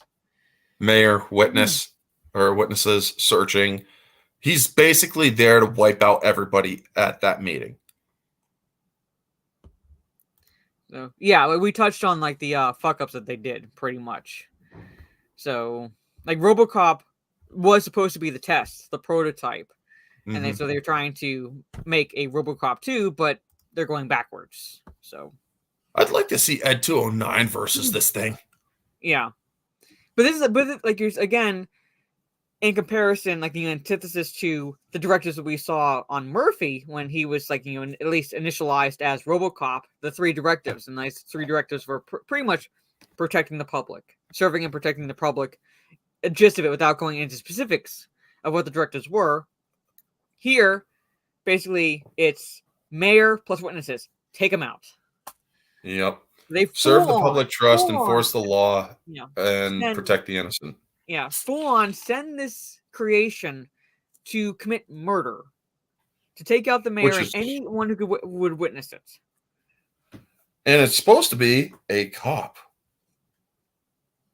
Yep. So we can only really speculate that the directive was given by the old man, but most likely under the influence of facts. Pretty much. Yeah. Add to another department that's not facing you. Yes, that's true. I also like how it remembers Angie and he lets his face out and she's like, Kane, oh wow. Yeah. I mean, it's new, or it may be a little hard to get used to at first, but or something like that. And that's when Kane just freaks out on her and just snaps her neck immediately. It's like, holy crap. Hey, I'm sorry if I missed your initial chats, but yeah. Yeah. And using live rounds too. Like I wish like I said, I wish I could show the scenes, but basically like the first one that came out shoots the female. Mm-hmm. The female scientist and like wounds the male pretty much. Yeah. Like, live rounds. Like, yeah. You didn't learn the first time, did you? So so yeah, she said something about his old self and that set him off. Yeah, because like, because it's like, again, at least a similarity to what Murphy was going through, where he like his memory was coming back. Yeah, she was hitting on him. Back. Yes, she was hitting on him or sexually, and it's like he knows what he is. He can't do that, so it's like, bitch, I'm a fucking robot. You dumb bitch. You just don't get it, and that's basically how he reacts. Stop sharing this so I can get a shot of it, like what his face looks like. Yeah, because it's like, you fucking idiot or idiot, you fucking stupid bitch, and just grabs her and snaps her fucking neck. Yes. It's like, like literally grabs her like this and just twists immediately. So unlike RoboCop, where it's like his face, like that's like the like his brain and the living tissue of his face are really the only human parts of him. Mm-hmm. He is full on in the cybersphere. Like he opens up his head and the screen pops out and you see like the text scroll up where it's like it's like the code for creating his memory. Face. Yeah. And then boom, here's his face. He's a digital interface other than a physical interface. Yes. So the only thing, the difference between him and RoboCop is the only thing human in him is his brain. Mm-hmm. That's it. That's the only thing they kept, because because in Fax's mind, he could be controlled via the drug. So we just need the brain, pretty much. Yep. Like he's not she does not see really any humans as humans. She sees them as pawns, a means to an end, pretty much. Like the old man, a means to get ahead in OCP. Kane, a means to get her twisted plans in action, pretty much, for this this new RoboCop. I'll call him RoboCane, basically, but she's called, because at one point she calls RoboCop obsolete. You're obsolete. I'm like, yep. I was watching that scene going, bitch, you literally planted 250 plus directives in him. That's not an obsolete creation if you're willing to put that many directives in him. Yep. And also he eventually rips into a Hob who is also there, but hears that she says Kane, so he know when RoboCop shows up. Yeah. The mayor somehow weasels his way out of this area alive. He found a grate. Yeah, he found a grate. And I'm like, my first thought was when he slid out that pipe is like, you're sliding through shit water, dude. Into the ocean. Right. But hey, like it's a means to escape, pretty much. And it was very comical in a way where it's like that's where it's like where I say like part of the humor doesn't exactly work for me in this movie is there are some parts with the mayor that's a little bit too over the top. Again, I get levity, like there are good moments with levity even with the mayor, but his reaction when he's like where he just like eyes wide screams like a girl then slides down the pipe into the ocean. I'm like, that's a little cringe. Oh my A god, I little just bit. found a real life person that this mayor is based or would basically be the descendant of Lori Lightfoot. It's Lori Lightfoot's grandkid or something like that. Something. Or illegitimate son because she is a lesbian. Yeah, Or something. Rip Torn is generally great and everything. Yeah, I'll give him that. Yeah. He was in the third one. He wasn't in the second, I don't believe. Yeah, he said in the third one, like it says 3 stuff except for Rip Torn is great and everything. Yeah. So Yeah. And also Rip Torn because he died a while back too, which fucking sucks. It's like, how do you say Rip Torn? Rip Torn? Yes. Kane is the original metaverse. Yeah, pretty much. He might as well have been Chris Tucker in this movie. Yeah. Like I said, I'm trying not to beat a dead horse, the proverbial dead horse, but like that's part of where the humor does not land for me in this movie is that his over the top mannerisms. I think that character should have been just dialed back a little bit, where it's like, yes, add levity to the situation because he is pretty much put into scenarios that no normal human being is ever really put into, essentially. But at the same time, it's like, yeah, I don't need the rubber faces, all right? I don't need the Chris Tucker rubber faces or anything like that. You can show fear without going like, wide eyes screaming like a girl as you're sliding through shit water into the ocean, pretty much. Yeah. And so then we get RoboCop showing up and he comforts Hobb as he's dying. And Hobb gives him the down and dirty on Kane. It's like it was Kane. Yeah, like I did, like it's like much of a little shit as Hobb was. I mean, like just scroll through just to that scene. He was still a kid and he got scared as he was dying. Yeah, he's still a kid. Come on.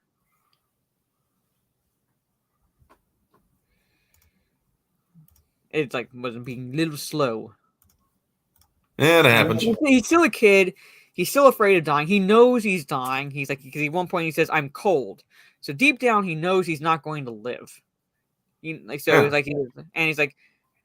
like basically, like, and I'm not like in his mind. I can only guess what's in his mind, but at this point, it's like, fuck it. It was Kane. Yeah. Pretty much. It was like he like just lays out everything to RoboCop. Pretty much, like it was Kane. And RoboCop's even like, what happened here? Yes, because like he's coming into the aftermath of literal mayhem with bodies strewn everywhere with caliber bullets that like you can tell like shredded through these bodies. That's an armored truck, folks. Yeah, to give you an idea. And no normal cop would like have this ammunition to do this, or at least would have done this. They would have taken the bad guys in. So someone came in with a mission to take out everyone in this warehouse, pretty much. Mm-hmm. And like you said, like here you see the bullet hole in that. Like this is an armored truck. This is like like that's a powerful round that would have gone through and hit Hobb.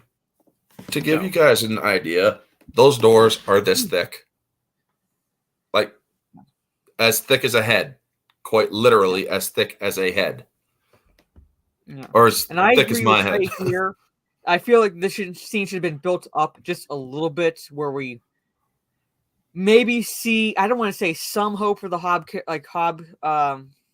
for the kid's character, because he's not exactly a redeemable personality, but at the same time, at least kind of like with the scene where he's forced to watch this guy being tortured. You could tell he did not want to watch it, and he's being forced to watch it. So there's at least some aspect in him where he's not as sociopathic as Kane, pretty much. But that's like the only scene where that's touched upon. There should have been like one or two other scenes where it's like maybe, just maybe, there might be some hope for this kid. Slim chance, but might be some hope for this kid, but nothing like that. So this scene where it's like wasn't exactly built up properly, but at the same time, it's like I still hold to what I said, where it's like he's still a kid. And it is, I'm not saying moving as in like it brought any tears to my eyes or anything like that. But the whole where he asks RoboCop, "Don't leave me," and he takes RoboCop's hand, and like RoboCop, because he's still Murphy deep down, he's like and he tells him, "I won't leave you," pretty much. Yeah. Very much the antithesis to Kane. All right, very much the antithesis to Kane. So, military rounds, yeah. Yeah, these are absolute armor-piercing, high-velocity rounds. So, again, like going back to what I said about the scene where he's talking to the mayor. Part of me was like, while the nuke drug is very much like portrayed as lethal, all right, not a drug that you would want necessarily out on the streets. The kid did put forth some good points, and I'm thinking a lot of it could be like referenced today and how because it's still like a war, they call it war on crime in RoboCop 2, but we still have the war on drug scenario happening, and I'm like,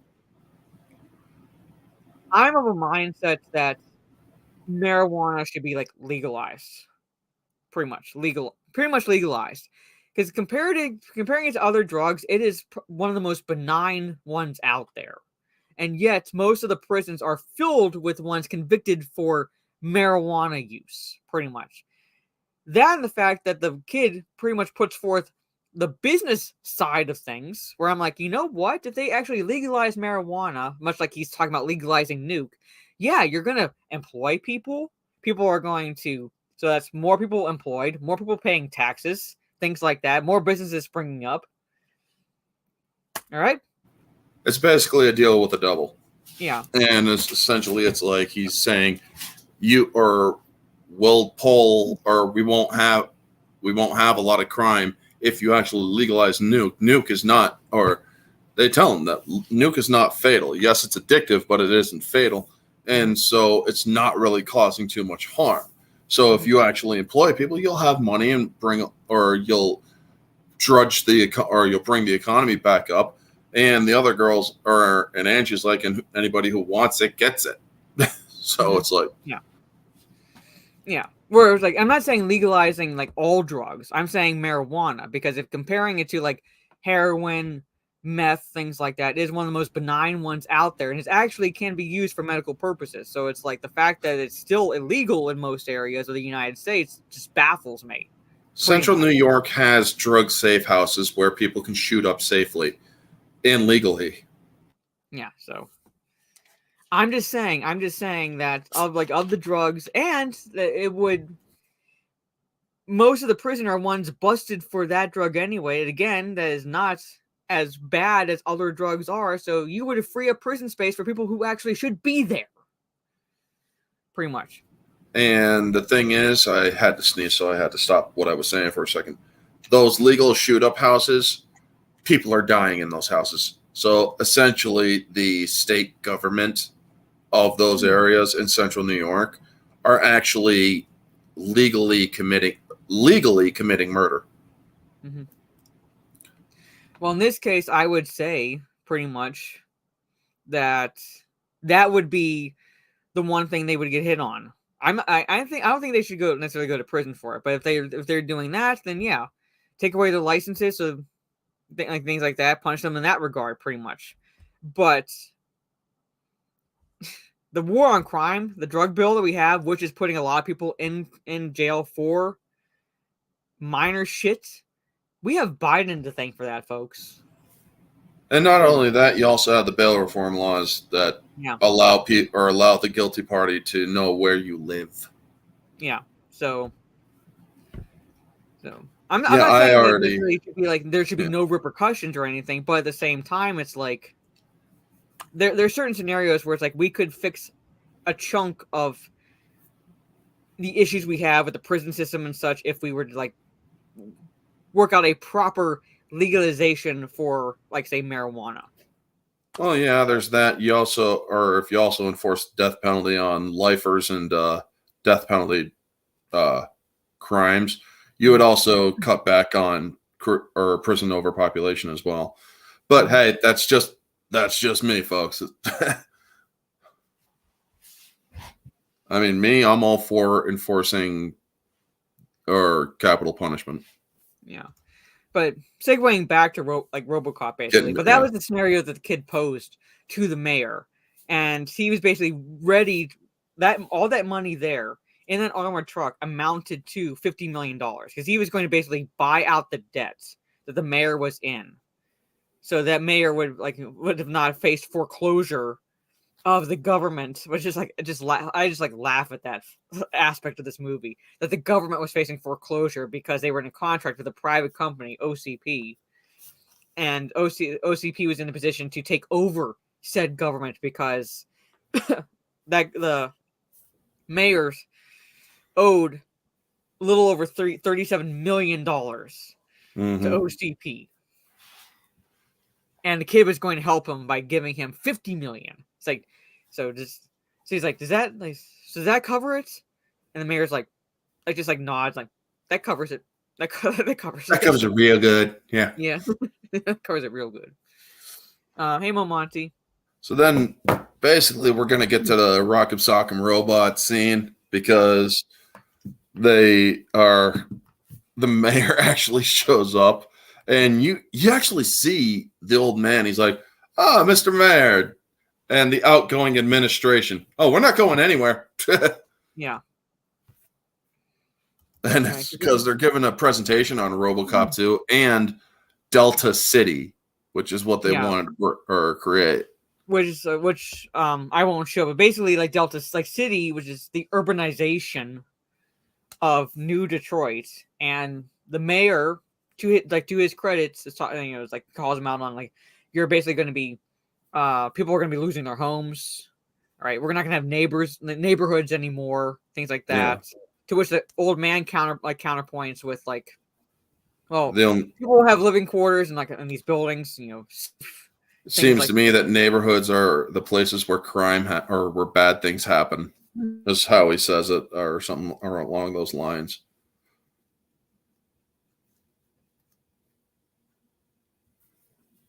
And she froze again. But yeah, while she's frozen, sorry, she might actually be excised from the stream again, folks. Yep. Bye, Mara. But yeah, basically I'll take over while she's here. The mayor, I love the mayor's reaction. It's like, holy shit, they sent the thing. Because he's at that presentation. And, hi. And, yeah, the mayor's watching this thing and seeing it, or sees him and whatnot. Resting Mara face. Oh, damn, Dreadsabe. Or Phil, good to see you. Kane's shootout looks pathetic, but I'm going to find T-Mobile's headquarters, and you will hear on the news a psychotic 5'2" woman taking out every fucker in that place. Yeah. Anyway. But yeah, I was talking robot scene. Yeah, I was just explaining how the mayor sees RoboCop 2 there, and he's like, "Oh my god, they're the ones who sent the damn thing." Yes, he's freaking out, and then and they're like, "That thing," or he jumps up. It's like, "That thing is a killer. It's a killer, and I saw it." She's like, "It's completely unarmed. It's harmless." Yeah, I get the scene where it takes the controller out of her hand. I'm talking about RoboCop. Because RoboCop comes in and he immediately raises his arm and starts firing. It's like, see, he can't harm anybody. And he also the old man also pulls out the nuke and is like, "This is enough nuke to addict a city block." And that's when Kane starts freaking out. It's like, "Nuke? Gimme. It's like, "Motherfucker, gimme." And he throws it like a fucking, he's like, "Here, go fetch, you fucker." Yeah. So I'm gonna play this a little bit, but she says Fax is holding the controller, like what should be controlling RoboCop, and disarms him. And he's not, and something within RoboCane is preventing her from turning him off. Yeah, because she tries to turn him off at one point, and she's like, "I can't." Yeah. So he's too hooked on the drugs. Yeah, so he's too hooked on the drugs. She can't turn him off. All right, The human beat the machine. Play and stop. Like it's a killer. I saw it, so he's saying, like, kind of revealing that he was there, and Kane is like, oh, because he can't fire anything yet. He wants to fire at RoboCop. He wants to fire at Murphy, but he can't. And he realizes, because he's listening to this and everything, and he turns around and goes, and he sees facts and does this. Boom. Yep. It's like, Kane, let's step outside. Yeah, and then it's like holds it like this, and like you see it. You don't see it from his perspective, but you see it from like where his hands are, and you see a hand, like his other hand go. Doom. Yeah. He's armed. He uses his claw hand. He uses his little claw hand and just turns back his weapon system online, so he can fire on the crowd and fire at RoboCop. Yeah. Again, the brain of a criminal hooked on drugs. What could possibly go wrong in this scenario? Pretty much. And this is like probably, I would argue, the most memorable part in this movie, and that is the robot fight. Yeah. Between RoboCop and RoboCane. And I do love how RoboCop plays it smart by targeting his weapons. Yes. Because like, again, you see it from his perspective, and he's like zeroes in on the cannon on Kane's shoulder. Because he knows, I have to take that shit out because he's getting knocked back by it. Yeah, and I love I love the sound effect that it's the cartoonish sound effect that when you knock something off, it's like the kind of whistling noise. Yes, which is pretty funny. So I want to play this just a little bit so you can see, like, what I said, what Kane does. So he takes it and goes, bleep. And now it says armed, and now it says armed. And then he crushes it so it can't be turned off. Yes, and then boom. So now he is fully free of control. Yep. And he just starts wasting everybody. Yes. And then he goes after RoboCop and gives him the 1-2 bonk. Yeah. I just love how it's like voink with the fist. Yes, pretty much. I say again, I sound like a broken record when I say this, but I really wish I could play these scenes, because like some of the parts in this scene, as comedic as it is, like, kind of, with the rock, people call them the Rock'em Sock'em robots. The scene in the elevator, I really liked, because RoboCop kind of like lures him into the elevator, and just as Kane comes in, RoboCop cuts the cable, so Kane falls and RoboCop goes up pretty much. That's a good shot. Just when you think it's over, he looks down. Kane is just rushing up the shaft like at top speed. Yeah. It's like, motherfucker, I'm not done yet. Yeah. And when they take the fight underground, like, because again, like you said, like, I'm not done yet. He's like literally rushing up that like tunnel, and you see, like, next shot you see is them the crashing through the roof area, and Kane is holding on to the roof, and like RoboCop's holding on to him. So he's like, "You're coming with me, Kane." Yeah. And he pulls him off the freaking roof. Yes. Yeah, that kind of looks scary. Even with the stop motion, kind of looks scary, because it's kind of like, he's there, he's paused, and the next thing you know, he's like just rushing up the tunnel towards. Yeah, and that is enough to scare any person. I mean, you want to hear something funny, folks? Let's see here. roughly around actually 10 years ago.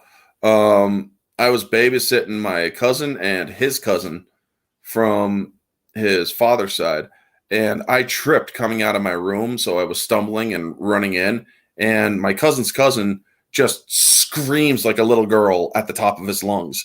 And I felt bad, but I also couldn't stop laughing. But that's basically what happens. If something comes at you running like really quickly, it's going to scare you. Yeah. It's like kind of hard not to when it's like right in your face. So he pulls Kane. I'm gonna try to get, it's like, they fall from God knows how many stories. Couple hundred. Yeah. Because they went I straight through the ground. I play this because it's almost comical in a way. Yeah. They're falling from like a couple hundred stories. All right. I pause it there. If you really want to make it, the reporters are still there. All right. And, if you really want to make it comical, yeah, they're like, "What's that noise?" Yeah. Boom. through that to the overhang, crushes a car and keeps going. Mm-hmm. And if you really want to make it comical, just as they start falling, intercut aliens when the Queen grabs Ripley, dragging her down, where Ripley screams at the top of her lungs. That would just be pure comedy right there. But oh my God, this scene here has some of the worst stop motion animation. Yeah, because it's complete puppetry in this, where it shows Kane just grabbing RoboCop and just smashing him side to side like this. Mm-hmm. Yes. So I think at the end, once we get through the movie, we'll talk about the commercials. That because you still have the same newscasters from the first movie. Yep. And then you have the commercials, and I think the commercials are a bit funnier in my opinion. Oh yeah. Than the first movie. But yeah, they crash through, and again I gotta stop screaming because I don't want the fucking boss to hit me. Yeah. Chances are, even with the limited stuff that we shared, folks, they're gonna go after her ass. I hope they don't, but chances are they're gonna. And so I'm not showing this part. I'm skipping through it, but basically they crash through and finally hit the ground, and Murphy gets up. He's disoriented, but he gets up, and Kane is still there. And I love how the reporters are still flocking around RoboCop, trying to get it, asking him questions, trying to interview him. Do you feel like you're obsolete? Do you think you're going to be off the job? Yeah, shut the fuck up and get out of the way. I'm trying to fight something here. Yeah, pretty much. They're still asking him questions. And next thing you know, Kane pops up.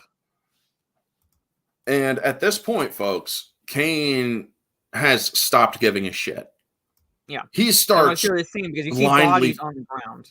Yeah, he's just, it's blind fire all the way through. He doesn't care anymore. Yeah. He's wasting cops. He's wasting reporters. He's wasting everybody. He wants his freaking fix. Yeah. Because that was his motivation initially. That the old man held in his hand and then tossed, fetch sort of situation. That's his whole motivation, his addiction. Yep. And I love how Lewis gets up or goes up to the striker or the armored vehicle, and if I remember correctly, another guy's like, "Hey, you can't go up there." She just kicks him aside. Yeah, Lewis, off. She's climbing into the car, or she's climbing the armored vehicle, and he's crouching behind it because he's using it for cover, and he actually gets his positions, say on here's the armored vehicle, okay, it's facing here on the screen, okay, he's on this side where my finger is, okay, she gets on the driver's side, all right, she gets on the driver's side, and he comes around from his cover to try to stop her from taking his cover, essentially. Yeah, right. And she just like kicks him in the face away Like, from fuck the off. vehicle. And she gets in. And she doesn't even say anything. She just turns around and just kicks him away. He Yeah, just, like, it's gets just in.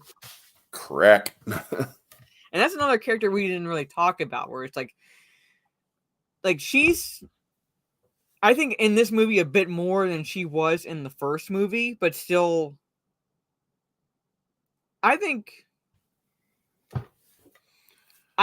again, kind of like with Kane, a little bit underutilized in here, because the only time that she really serves, I don't want to say serves a purpose, but it really has any influence other than this part here, is when she goes on patrol with him after he's been had all those 250 plus directives put into him.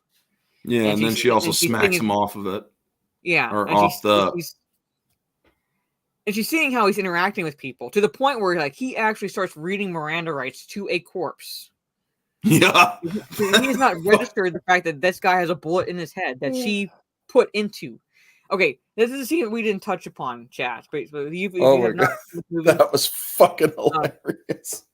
They actually are coming onto a crime taking place, and the crime taking place is a baseball coach, a junior league's baseball coach, and his team robbing this store. Yeah. And the coach has a gun, and while the kids are inside still looting the place and kind of beating up the old man that owns the store, all right, the coach is firing on Lewis and Murphy, and Lewis has to use Murphy for cover because RoboCop is not firing on this guy who's obviously breaking the law and shooting them. So he's walking towards them, and I can't remember what he's saying, but it's like something stupid from the directives he's been given, pretty much. Like he's going to talk down the situation. So he has to use RoboCop for cover, and then finally gets around him just enough to get a shot off on the coach and puts a bullet in his head. Right, so kills him instantly. And she goes in, and she asks. That scene is also funny because she goes in by herself to the store, and she's like, it's like, where are they? And she's like, where are they? Pretty much, like the people that robbed, beat him up and robbed his store. And he's like, what? Like he's like, what the fuck do you mean? They're right here. And you see these kids hiding behind the counter, and you see the look on Lewis's face. He's like, all right, get up. And she's just motioning him with her gun to line up along the wall. Yeah. And then she looks over at Murphy, who's holding this corpse up by his lapel. Yeah. By reading the Miranda rights to him. Like, what the fuck? I mean, folks, there's ridiculous, and then there's Irvin Kershner ridiculousness. Yes. And he just did such a great job with the absolute ridiculousness of that scene. Yes. So I know he already got his fix, but his fix was Nuke. So he's basically he wants more Nuke. He wants more Nuke, and he wants Murphy dead, pretty much. And so, actually, he didn't get the fix because he was going after it when the mayor spoke up, and also when Murphy arrived. Yeah. He immediately is like, "Wait, what the? Oh, you're dead, motherfucker!" And then he realized he couldn't fire. Yeah. So. Yeah, he didn't get the fix until he died, pretty much. Yeah, he got the fix, Lewis. And then Murphy pounced, and I absolutely love it. He just it's like, let's give him what he wants, and they show the Nuke thing, and you see memory trigger from his point of view, and then I love how you see the claws come out. He's like, let's give him what he wants, and the next shot you see is Kane targeting Murphy. So you're assuming that Murphy's going to make some self-sacrifice or something, because he's at that point it's been Kane versus Murphy. Kane wants Murphy dead. But then you see Lewis walk from around RoboCop holding the nuke tube. Mm-hmm. And immediately he focuses on that. He forgets about Murphy at that point and focuses on the nuke, in which I want to kind of take that they realize that straight up fight with this creation, even an armored vehicle couldn't crush RoboCane. All right, couldn't take him out. So they're realizing that they cannot face him head on. Yeah. This dude is, or the exoskeleton is too powerful. Yeah. Is way too powerful, even for RoboCop. Because, and and RoboCop, knowing it's Kane, and knowing what Kane is capable of. All right, so it's like, let's give him what he wants. I'm trying to get to the scene where. Not to mention, you also have the OCP, the old man, looking out at the carnage, and it's like, this is the end of OCP. Yeah. All right, so I just paused it on this scenario because, like I said, initially, RoboCop draws his attention, and you see the targeting system. Like I said, it still says targets right there. Yeah. It's focused on RoboCop. And then the next thing you see, a hand shoot up with the nuke tube. Yep. And I'm going to just kind of like do this. Boom. Memory. Yep. He knows what that is. And I love his little that little thing that rolls out, and it's like, gimme, gimme, gimme, gimme, gimme, gimme. Yep. So without playing the scene, she walks up, and like you said, like he has like this mechanism in his center of his chest that pops out, so essentially for the tube with grabber claws. Yeah, but the cyber claws like this. Yeah. All right, so it's like gimme. All right, which again she does because that's what he wants. And you again, see him just the realization right that they cannot fight him head on. It's like like as powerful as RoboCop is, RoboCane is more powerful, stronger, and bigger than Murphy. All right, so Murphy realizes because Murphy, the only thing human in Kane is the brain. Yeah. This point, Murphy has more humanity still left in him than Kane does. So Murphy realized, and because of that, he's able to use his brain, like actually literally use his brain versus his brawn. And like the only way for me to take out Kane is to remove what makes him human. They have, or to answer Hound, how does RoboCane consume it? It is injected directly into his spinal column that leads up to his brain. Yeah. The inner work or the inner mechanics do it. Which I will fast forward to so we see what it looks like. Because again, I said like RoboCop realizes that he had the only way to destroy Kane in his present state is to literally remove the humanity from him. Literally remove the brain. Because that's what's functioning within RoboCane. Yep, and because as soon as he finally gets the high, the exoskeleton just stands up and just kind of relaxes a bit, and that's when RoboCop jumps all over him and is like, and he finally just rips the brain out and he gets tossed. I wish I could play this scene because like basically you have RoboCop holding on to Kane while he's pulling this thing out. Mm-hmm. Trying to get clear shots. And I love the look of Kane's digital face after he sees that. He's like, goodbye. And it's just wide eyes, like comical, almost like cartoony eyes. It's like, no! It's moving so fast I can't get a clear shot. But basically, this is what Murphy's pulling out is that's the brain. And the little bit of the spine because you have the spinal column still left. From Kane, so he pulls that out, and it's a nice little scene of him actually destroying the brain. Just completely fatality. He just grabs the brain and just smashes it on the ground, and then for good measure hits it again. Yeah.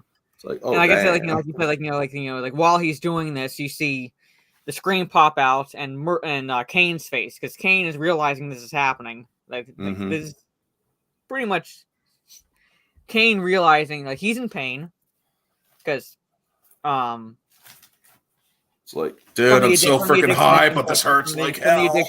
From the addiction and things like that, and realizing that like he's about to die for a second time.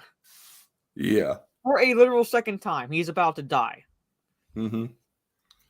And And it's like, dude, I am so freaking wasted, but I'm also hurting. What the fuck is that? That's my brain. No. I could easily play that out. Yeah. Pretty much. Like this. Yeah, there you go. Like you Goodbye. said, like, he basically takes the brain, smashes it down, and then for good measure, just bam. Mm-hmm. Like, make sure it's absolutely destroyed. Like there's no way in hell that this at all could be put back into Kane. There's no way he's survived. Yeah. It's beyond. He's beyond vegetable. Yes. He's rotted vegetable. Mm-hmm. And yeah, I love that. I don't know why, because I know it's like, like damage, but I love that. Yeah, the S kind of or a stylized S that he used from the acetylene torch. Yes. Brain mush, yeah. And I love high comes down, yes, pretty much. And then the OCP guys are coming down the thing. They're like, "Yeah, we will never recover from this, and the lawsuits will bankrupt us, and this and that." And it's like, well, what if somebody acted on their own?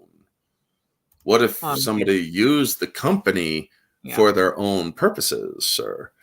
Yeah, she did choose the brain. Yeah, and he's pissed off about it. The old man's like, well, no, or he doesn't want to do it, but he understands this is the only way he's getting away with it. Yeah. So I think at one point he doesn't necessarily want to do it. I think he's more upset at this because he's not going to get any more bad publicity and the fact that they will have to pay out millions of dollars to the victims' families and things like that. And he's desperate for a way out of the situation. Yeah. So I think initially he was maybe hesitant to do it, but the fact that he was like, because again, it's a 180 from his character in the first movie that he's willing to throw this woman under the bus, because he also doesn't see her in a sense as a human being. He sees her as a pussy. Yeah, pretty much like an object. I'm just being obvious, folks. This is basically Joe Biden giving up Kamala Harris just so he can get away with it. Yeah. This is a scene where it's like he wants to figure out a way out of this scenario, and Johnson says, like, what? Well, sir, what if this was all the work of one individual that went against the company? And they're like, you see them like dawning on both the old man and the character on the left that we haven't really talked about, the shyster lawyer, who plays a dick perfectly. Another dick perfectly in this movie. You see like the realization dawn on their faces, are like, yeah, she did pick the brain. Yeah, this was her idea. Yeah, and like I said before, I'm not all about necessarily blaming the victim, but in this case, she literally did everything they said that she did. She picked the brain. It was her idea. It was her idea to look at criminals. She picked the brain. It was Kane. Things like that. She was the driving force behind this. Yes, she got permission from the old man, but she was the driving force. She showed the initiative. Yeah. And I love it. She comes up. She's like, I was so afraid it hurt you and whatnot. Yeah. Still pretending she cares because she knows she's in deep shit. Yeah. But he allays her fears, and but then he's like, Johnson, I'll definitely take it under advisement. He's going to take her, get a little bit more rock on the boat, and then he's going to have her capped, most likely, or hang her out to dry. Essentially, very likely hang her out to dry, pretty much. Like the scenario they're setting up, where it's like she almost made herself the perfect patsy in this situation. No, she didn't almost do it. She did it. Yeah, well, I'm saying I'm saying when I say almost, I mean like unintentionally made herself the perfect patsy in this scenario. Yeah, just like Amber Turd. Yes. So still think she should have died? Maybe. I think, like, if anything, she should have caught a stray bullet from Kane, and that would have been poetic justice. Oh, yeah. And I love how Lewis is like, son of a bitch, they're going to get away with all of this. Yeah. And RoboCop's just pulls out a freaking drill thing, and he's like, don't worry about it, Lewis. After all, we're only human. We're only human. That's like while he's unscrewing his head. Yes. We're only human. That's the last line in the movie. And the thing is, like, if she had gotten like that poetic justice of a stray bullets, this scenario still could have played out because they still could have, like, figured out how to hang her out to dry because she's dead. She can't defend herself or anything like that. So like they could have, and the shyster lawyer is saying, even if it exists or doesn't exist, we'll find evidence against her pretty much. Yeah. So, like, they will doctor the shit if they have to. So this scenario could have still played out even if she had caught a bullet, pretty much. Mm-hmm. But yeah. But it's like, the last line in the movie is "We're only human," and then it cuts to credits. And that is RoboCop 2, ladies and gentlemen. We haven't, and that's like, not really going through every specifics in this movie, pretty much. Covering like the big parts that plays out. And I saw Vanya. No worries, you can catch the replay. Just to warn you, I freeze a few times and get kicked out a couple times. So, and I keep y'all happy. Yeah. Dr. Fax didn't do much for the stereotype of women and the bad boy, since she quite literally gave immortality and a bipedal tank to a homicidal jerklord. Yeah.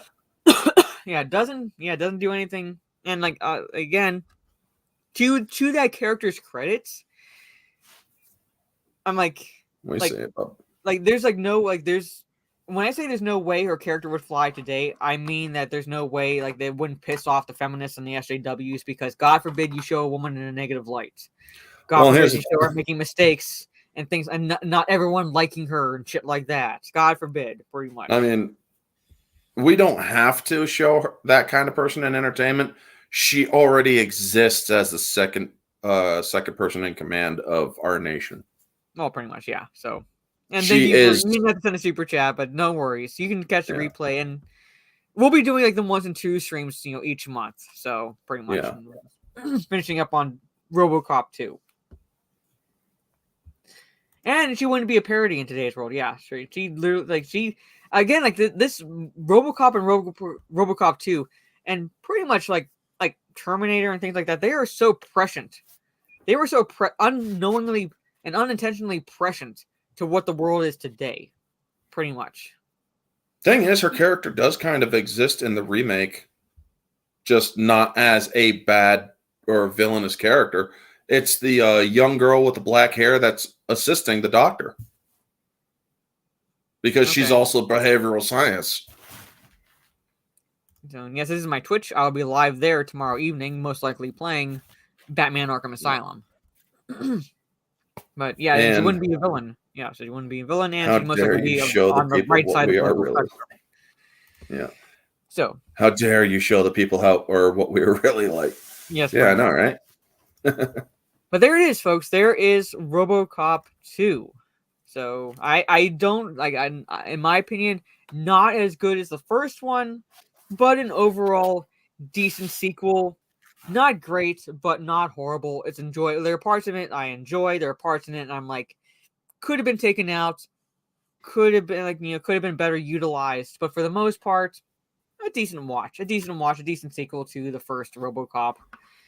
Still Definitely. Has, again, Omni, for those who did not tune into the first one, Omni means all. So in a way, they are like kind of like the godlike entity in this universe, because Omni means all, and God is described as all-knowing, all present, all strong. Not to get religious or anything, but there's religious undertones in the RoboCop movie, and Omni being kind of one of them. Better than Mortal Kombat Annihilation. We do not speak of that movie. It does not exist. I'm just saying. I have never heard of this movie. It is error 404 or 404 not found. Yeah, like pretty much so. And it's the story of RoboCop just fine. Like we really do not need a third movie or anything like that. So it ended it ended just fine. The three omnis: omniscience, omnipotence, and omnipresence. Yes. So again, works have with all the three. You're a god. With the undertones of the first movie. Again, omni meaning all, and the fact that this corporate entity is literally everywhere in society. It can it controls the police. It's the consumer products. It's the literal monopoly. Yeah. that was illegal, or that is still illegal today. Mhm. Maybe in 20 years it might not be illegal, because I believe. Let me look this up while we're still alive, because I want to know what this is. What year feminist does hated Kate Capshaw in Temple of Doom, and she was the most realistic and believable character in the film.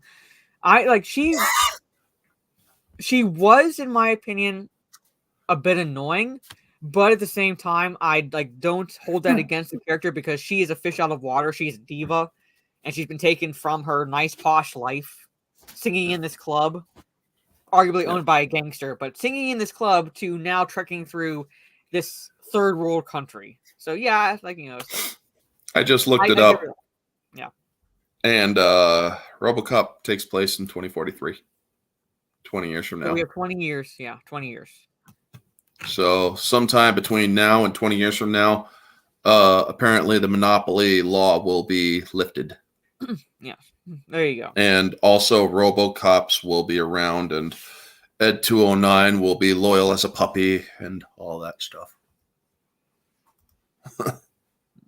So, that was the only funny part out of that movie, of the third one. It's like, I am forced to be loyal as a puppy. That was pretty good. I'm sorry. As cringe as that third movie is, it had a couple moments. Well, in the first stream, Oz, I did mention how prescient it was for current day Detroit. Yeah, it's more Chicago now today, though, but definitely. Yeah, I'm saying, definitely. Commercials. Very prescient. Commercials. But anyway, so yeah. Before we do our outros chats, like I said, next month's 1s and 2s. All right. Boondock Saints until I'm gonna get the date, because it's generally after the first week, so it's after Cringe Factory. So for March it'd be. Now March is gonna be weird because there's 5 Wednesdays in March. Oh, so I might be able to actually do another Wednesday stream breaking down one movie. So might be able to do Last Starfighter. Who knows? But we'll say, because it's the 15th. So we'll say the 8th and the 15th. The 8th and the 15th. So you have until March 8th to watch the first Boondock Saints movie. I'm going to put that on my calendar. All right. And the 15th to watch Boondock Saints 2 All Saints Day. And that'll work because we'll be talking about the second movie leading up to St. Patty's Day. Right? Yep. So, and All Saints Day takes place in November, if I'm correct, or if I remember correctly. But St. Patty's Day is when the first one takes place. Yeah, which when the first one takes place, and well, everyone's Irish on St. Patrick's Day. So, and hopefully we're definitely going to be breaking down that fucker a lot more. Yeah, because these are movies that me and Mara absolutely love. Holy shit, man. David Del Rocco is absolutely hilarious. No, there's so much. I love both of them. Yeah. And again, spoiler alerts. For the second one, they introduced a female character it's actually believable that she's as good as she is. Yeah. It's actually believable. She's not coming in like a Mary Sue. It's actually believable. Yeah. And also the I think I still have it upstairs, but I'll show it when we get to it, because I have an Equitas Veritas cross. Mm-hmm. And I believe you're still saving up for your Equitas Veritas tattoos. Yeah, I still want to get them. That's my goal for my next tattoos is Equitas and Veritas tattoos, pretty much. Veritas on my left because Connor has it on his left hand, and then Equitas on my right because Murphy has this on his right hand. So left is truth, and justice is right hand of justice. Yeah. But the commercials, before we leave, we got to go over those 2 commercials. Oh, yeah, the 2 commercials. Oh, my God. Sunblock 5000. Oh, the 3 commercials. Yeah, that's one. Sunblock 5000, pretty much. Because the And ozone there is burnt to shit. Yeah, and I love how at the end where it's like prolonged, like, frequent use of Sunblock 5000 causes skin cancer, but you need it because the ozone is no more. If you in tropical areas, the ozone has just been burnt to shit. Yes. And it's like just a little bit for 5 or for a couple hours, and you'll be able to whatever. And these women are freaking Smurf blue, people. And she froze again. Son of a bitch. Oh. This is a Greek tragedy that Mara has frozen 4 times, I believe, folks. I mean, right now she is thinking about playing a game of whack fuck right now. Or with her router. Whack fuck. Just kind of got to keep you all entertained. So, yeah. But while she's gone, I will give you guys my grades for RoboCop 2. Objectively, the film is about a 7. Subjectively, the film is a 10. And moviegoer, I would actually give RoboCop a 10. Moviegoer is where I don't kill someone. Well, just make sure you don't do it in the next 2 days because there is a statute of limitation on declaration. Because I didn't lose, because I still see the Ethernet symbol at the bottom of my screen, so it had to have been StreamYards this time, which just kicked me back out. Yeah, Alberta, not a retro. She's cute when she's frozen. Yeah, she is. Oh my god! But yeah, yes. Everybody, give your simps for Mara. Refresh the YouTube side, but anyway, all right. We had the Sunblock 5000. Yeah, or Sunblock 5000. Yeah. What Magnavolt and what was the third one? It was a communications one where the guy said he was waiting 2 whole days for this information to come through or whatever he needed. Right. And he lost the contract. He lost the contract. Oh yeah, I lost the contract. And he commits suicide in the commercial. It's like communications, the only one you need, or something like that. It's like, oh my god. It's like, oh shit, man, I lost the contract. Like, what the fuck, man? And then this guy, John Glover. God, that actor is just so fucking awesome. He gets Actually, the first movie I saw him in was I don't have the poster, but 2, because he plays the Gremlins Glover. Yep, Gremlins 2. He's in Gremlins 2. That's the first one that I saw him. Yeah, he was in that. Then he was, or I believe that this movie, and I would ask my Echo Dot in there, but I believe, or what year was RoboCop 2? 1990. What year? Or I believe Gremlins 2 was around like 88 or 90. I think because it's before RoboCop 2. Yeah, because it's basically the same haircut that he had, and he looked the same. Well, yeah, it was just a couple of years, and it's like Magnavolt, the ultimate security for your vehicle. I love about that commercial is like it's like you don't need to call the police. It's like, I don't need to call the police. He just lets the body drop out, and then he drives off. I love that commercial. This is how society has fallen, folks. Yeah. I'm sorry, it just happens to work out that way. That Wednesdays ended up being like the best day for certain streams. So the evil Lionel Luthor, but he also played a reformed Lionel Luthor as well. I mean, Smallville, folks. I watched this Talkville podcast with Tom Welling and Michael Rosenbaum. Dude, it is so good to hear their perspectives of each episode. They're on, or they released the podcast every Wednesday morning. But yeah, John Glover was one hell of a great Lionel Luthor. He was also in Shazam, I believe. Mark Strong's character's father. Yep, that's the father. And again, like we talk about underrated actors. He's another one where he's, I think, better than most A-listers in Hollywood. And he's actually I believe Doesn't he's get- semi-retired. Yeah, now. just never got the recognition, and I think he's arguably better than most A-listers. Yeah, you should hear how they actually had him on one episode of the Talkville podcast for season 1. They're probably going to bring him on for another episode later on. But yeah, dude is such freaking method. He's great at it. Mm-hmm. Yeah. Smallville was great in that it gave me all new Lois Lane to perf Oh, on. God, yeah. She's Oh, my God, stressed yeah. at me. But anyway, all right. So for those who are like, Gremlins 2, I thought it was like, thing is like, yeah, I knew it was around the same time, but I thought I Yes, had it to look wasn't. and see like when exactly it came out, because I could have sworn it came out a bit before RoboCop 2, but I gotta look at the exact release dates. But like I said, like that was the first movie that I had seen Glover in. Yeah. So we should do a anyway. Gremlins 1 and 2 sometime. Oh yeah, like, like there's so many ones in Because these movies we can do. I did that, or I did Gremlins 1 for a Christmas mystery review.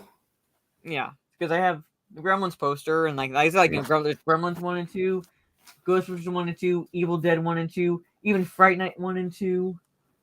I mean, Jaws 1 and 2, Hellraiser 1 and 2. In the case of Ghostbusters, we might have to make an exception to add to 3, because Ghostbusters Afterlife is a worthy sequel. We might have to. Objectively, no, I'll give it that. We do at not least think about it. We do not acknowledge 2016. That thing doesn't exist. 2016, or what they call Answer the Call, is an attempt at a Ghostbusters film, folks. I watched it on cable for free, and I still wanted my money back. I won't even watch it anymore. I saw it once, and that was enough for me. And I'm like, what the fuck did you guys do to my boys? Yeah, like that was like just an abomination. Not again. Oh shit.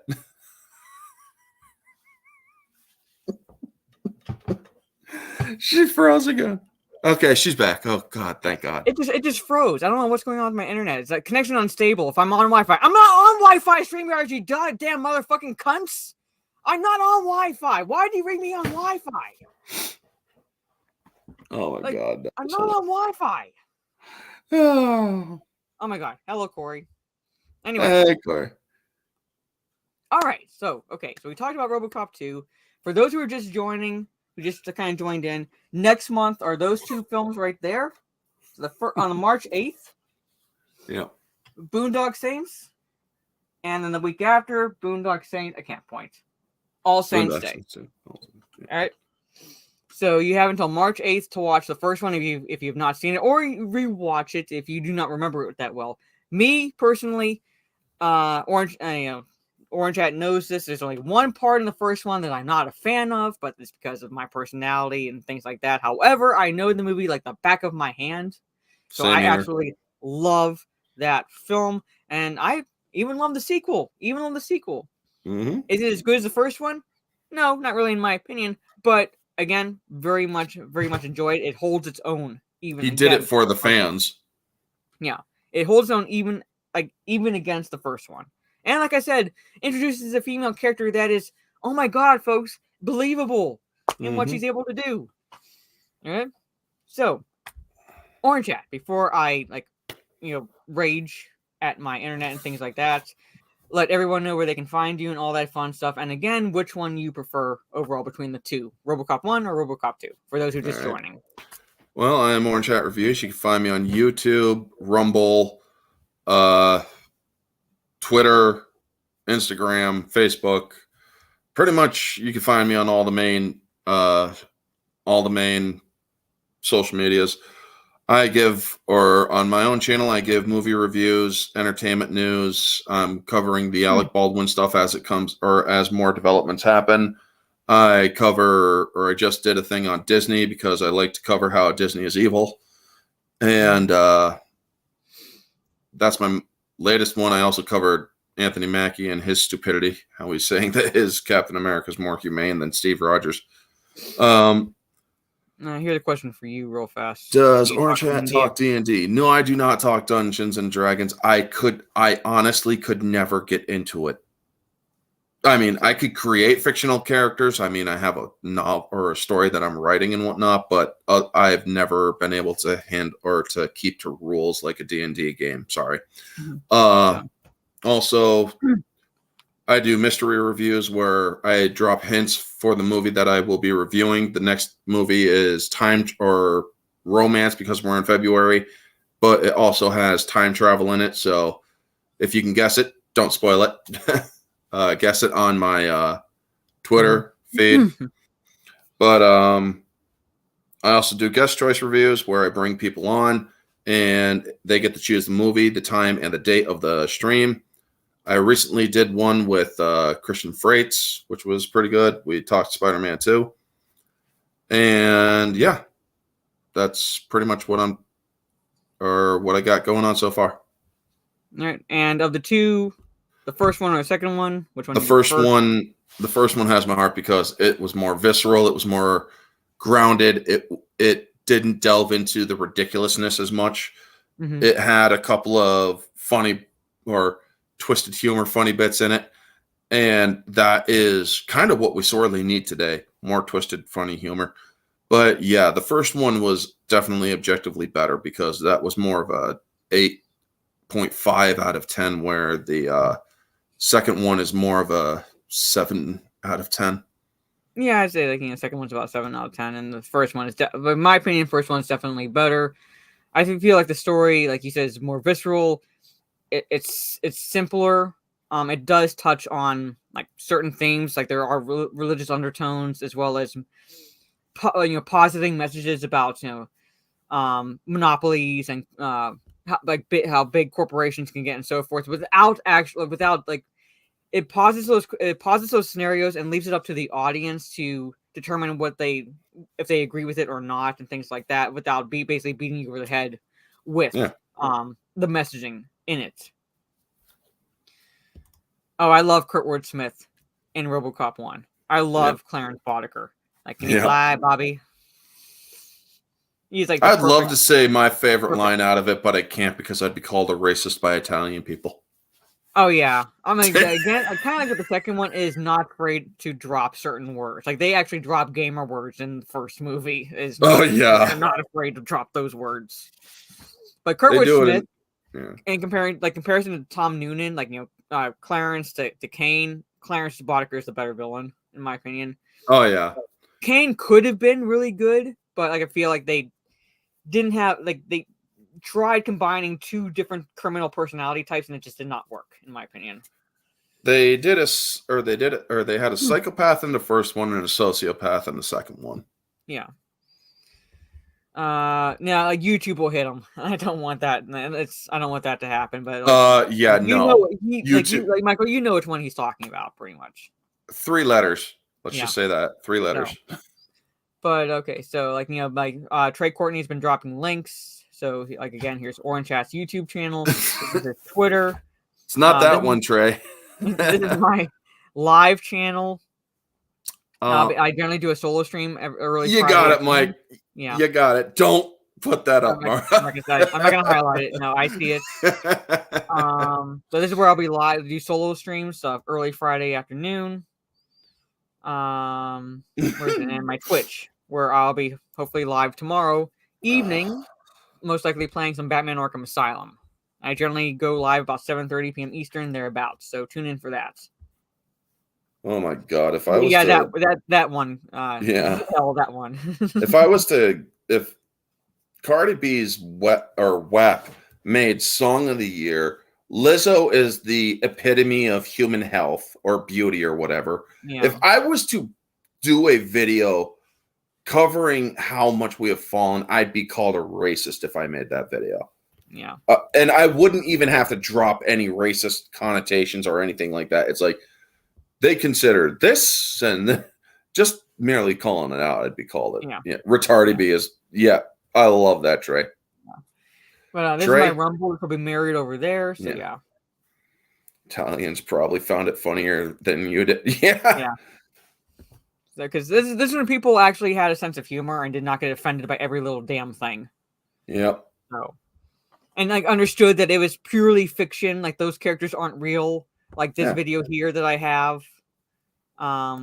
Where is it? Like they understand this concept. Okay, they're talking about fictional characters. Fictional characters.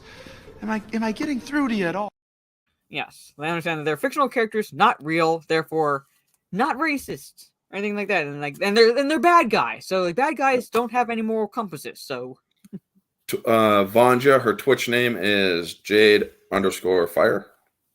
yes, it's Jade Fire. It's right up here. Yep. Right here. She's got it. That is my Twitch. There you So go. I'm also going to be playing Batman Arkham Asylum tomorrow, and I think Friday.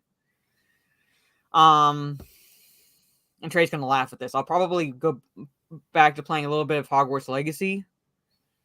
Play Just for that for a couple hours. Yeah. I'd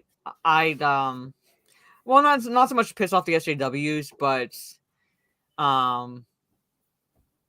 I call the House Elves tweakers in the game to piss off Harry Potter fans. Nice. And then Saturday, if I'm able to do a Twitch stream, it'll most likely be some Call of Duty multiplayer because the new season came out, so I gotta go through more XP levels and leveling up the new guns that come out. So that's what I'll probably do Saturday, sometime in the afternoon. I just thought of the perfect ones to do for April. For the 1s and 2s. Because the second one actually involves eggs. Critters. Oh, yeah. I forgot about it. I mean, like I said, there's so many 1s and 2s movies that can be done. Yep. So that'll most likely be the case for April. But for now, chat, again, you have until March 8th to watch Boondock Saints. All right. So thank you to Orange Hat again for talking about RoboCop 2. And all those links that Trey dropped, you can find us Orange Hat on his channels and myself on my channels. House Elves are Canadian, so they can still be tweakers. So, but I'm probably pissing off more Harry Potter fans than the SJWs at this point because that's the fact. Because there's a house elf in the game called Deke, and I call him Deke the Tweak. So I absolutely love what J.K. Rowling recently started doing. Yeah. You guys want to call me a Nazi? I'll freaking sue your asses. Yeah. Damn, girl. Critters movie brought Critical Role fan. Okay, there you go. All right. So, yeah. So, longer outro than expected, but thank you all for hanging out with us. Well, I'll be back next Wednesday for the top 10 movie discussion. The discussion stream I do with Steve Kenobi, and the next week's top 10 is your top movie per year, the early 2000s edition. So from 2000 to 2009, your top movie per year, that is our top 10 for next week. So you have a week to put your list together if you want to participate in that conversation. So I got my list on that too. No, I don't have mine yet. I generally procrastinate to the last minute because I know because I'll change it. If I do it too early, I'll just keep changing it. So I wait until close to the last minute. So I'm like, this is the final list. There's no changing at this point. I spent 2 hours doing it. It's like, okay, well, 2000 is obvious because everybody knows what my absolute favorite movie is, and it came out in 2000, Finding Forrester. But yeah. So, but again, thank you all again for hanging out with us. Catch us on our other channels, and we are signing out. So I'm gonna kick us out, play the little RoboCop clip I had that's only 2 seconds, and then we will see you all next time. So, peace out, everybody. Thank you for your cooperation. Good night.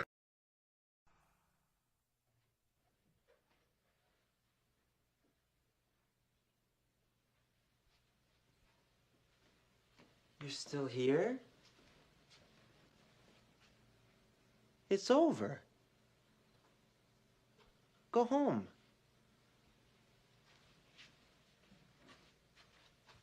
Go.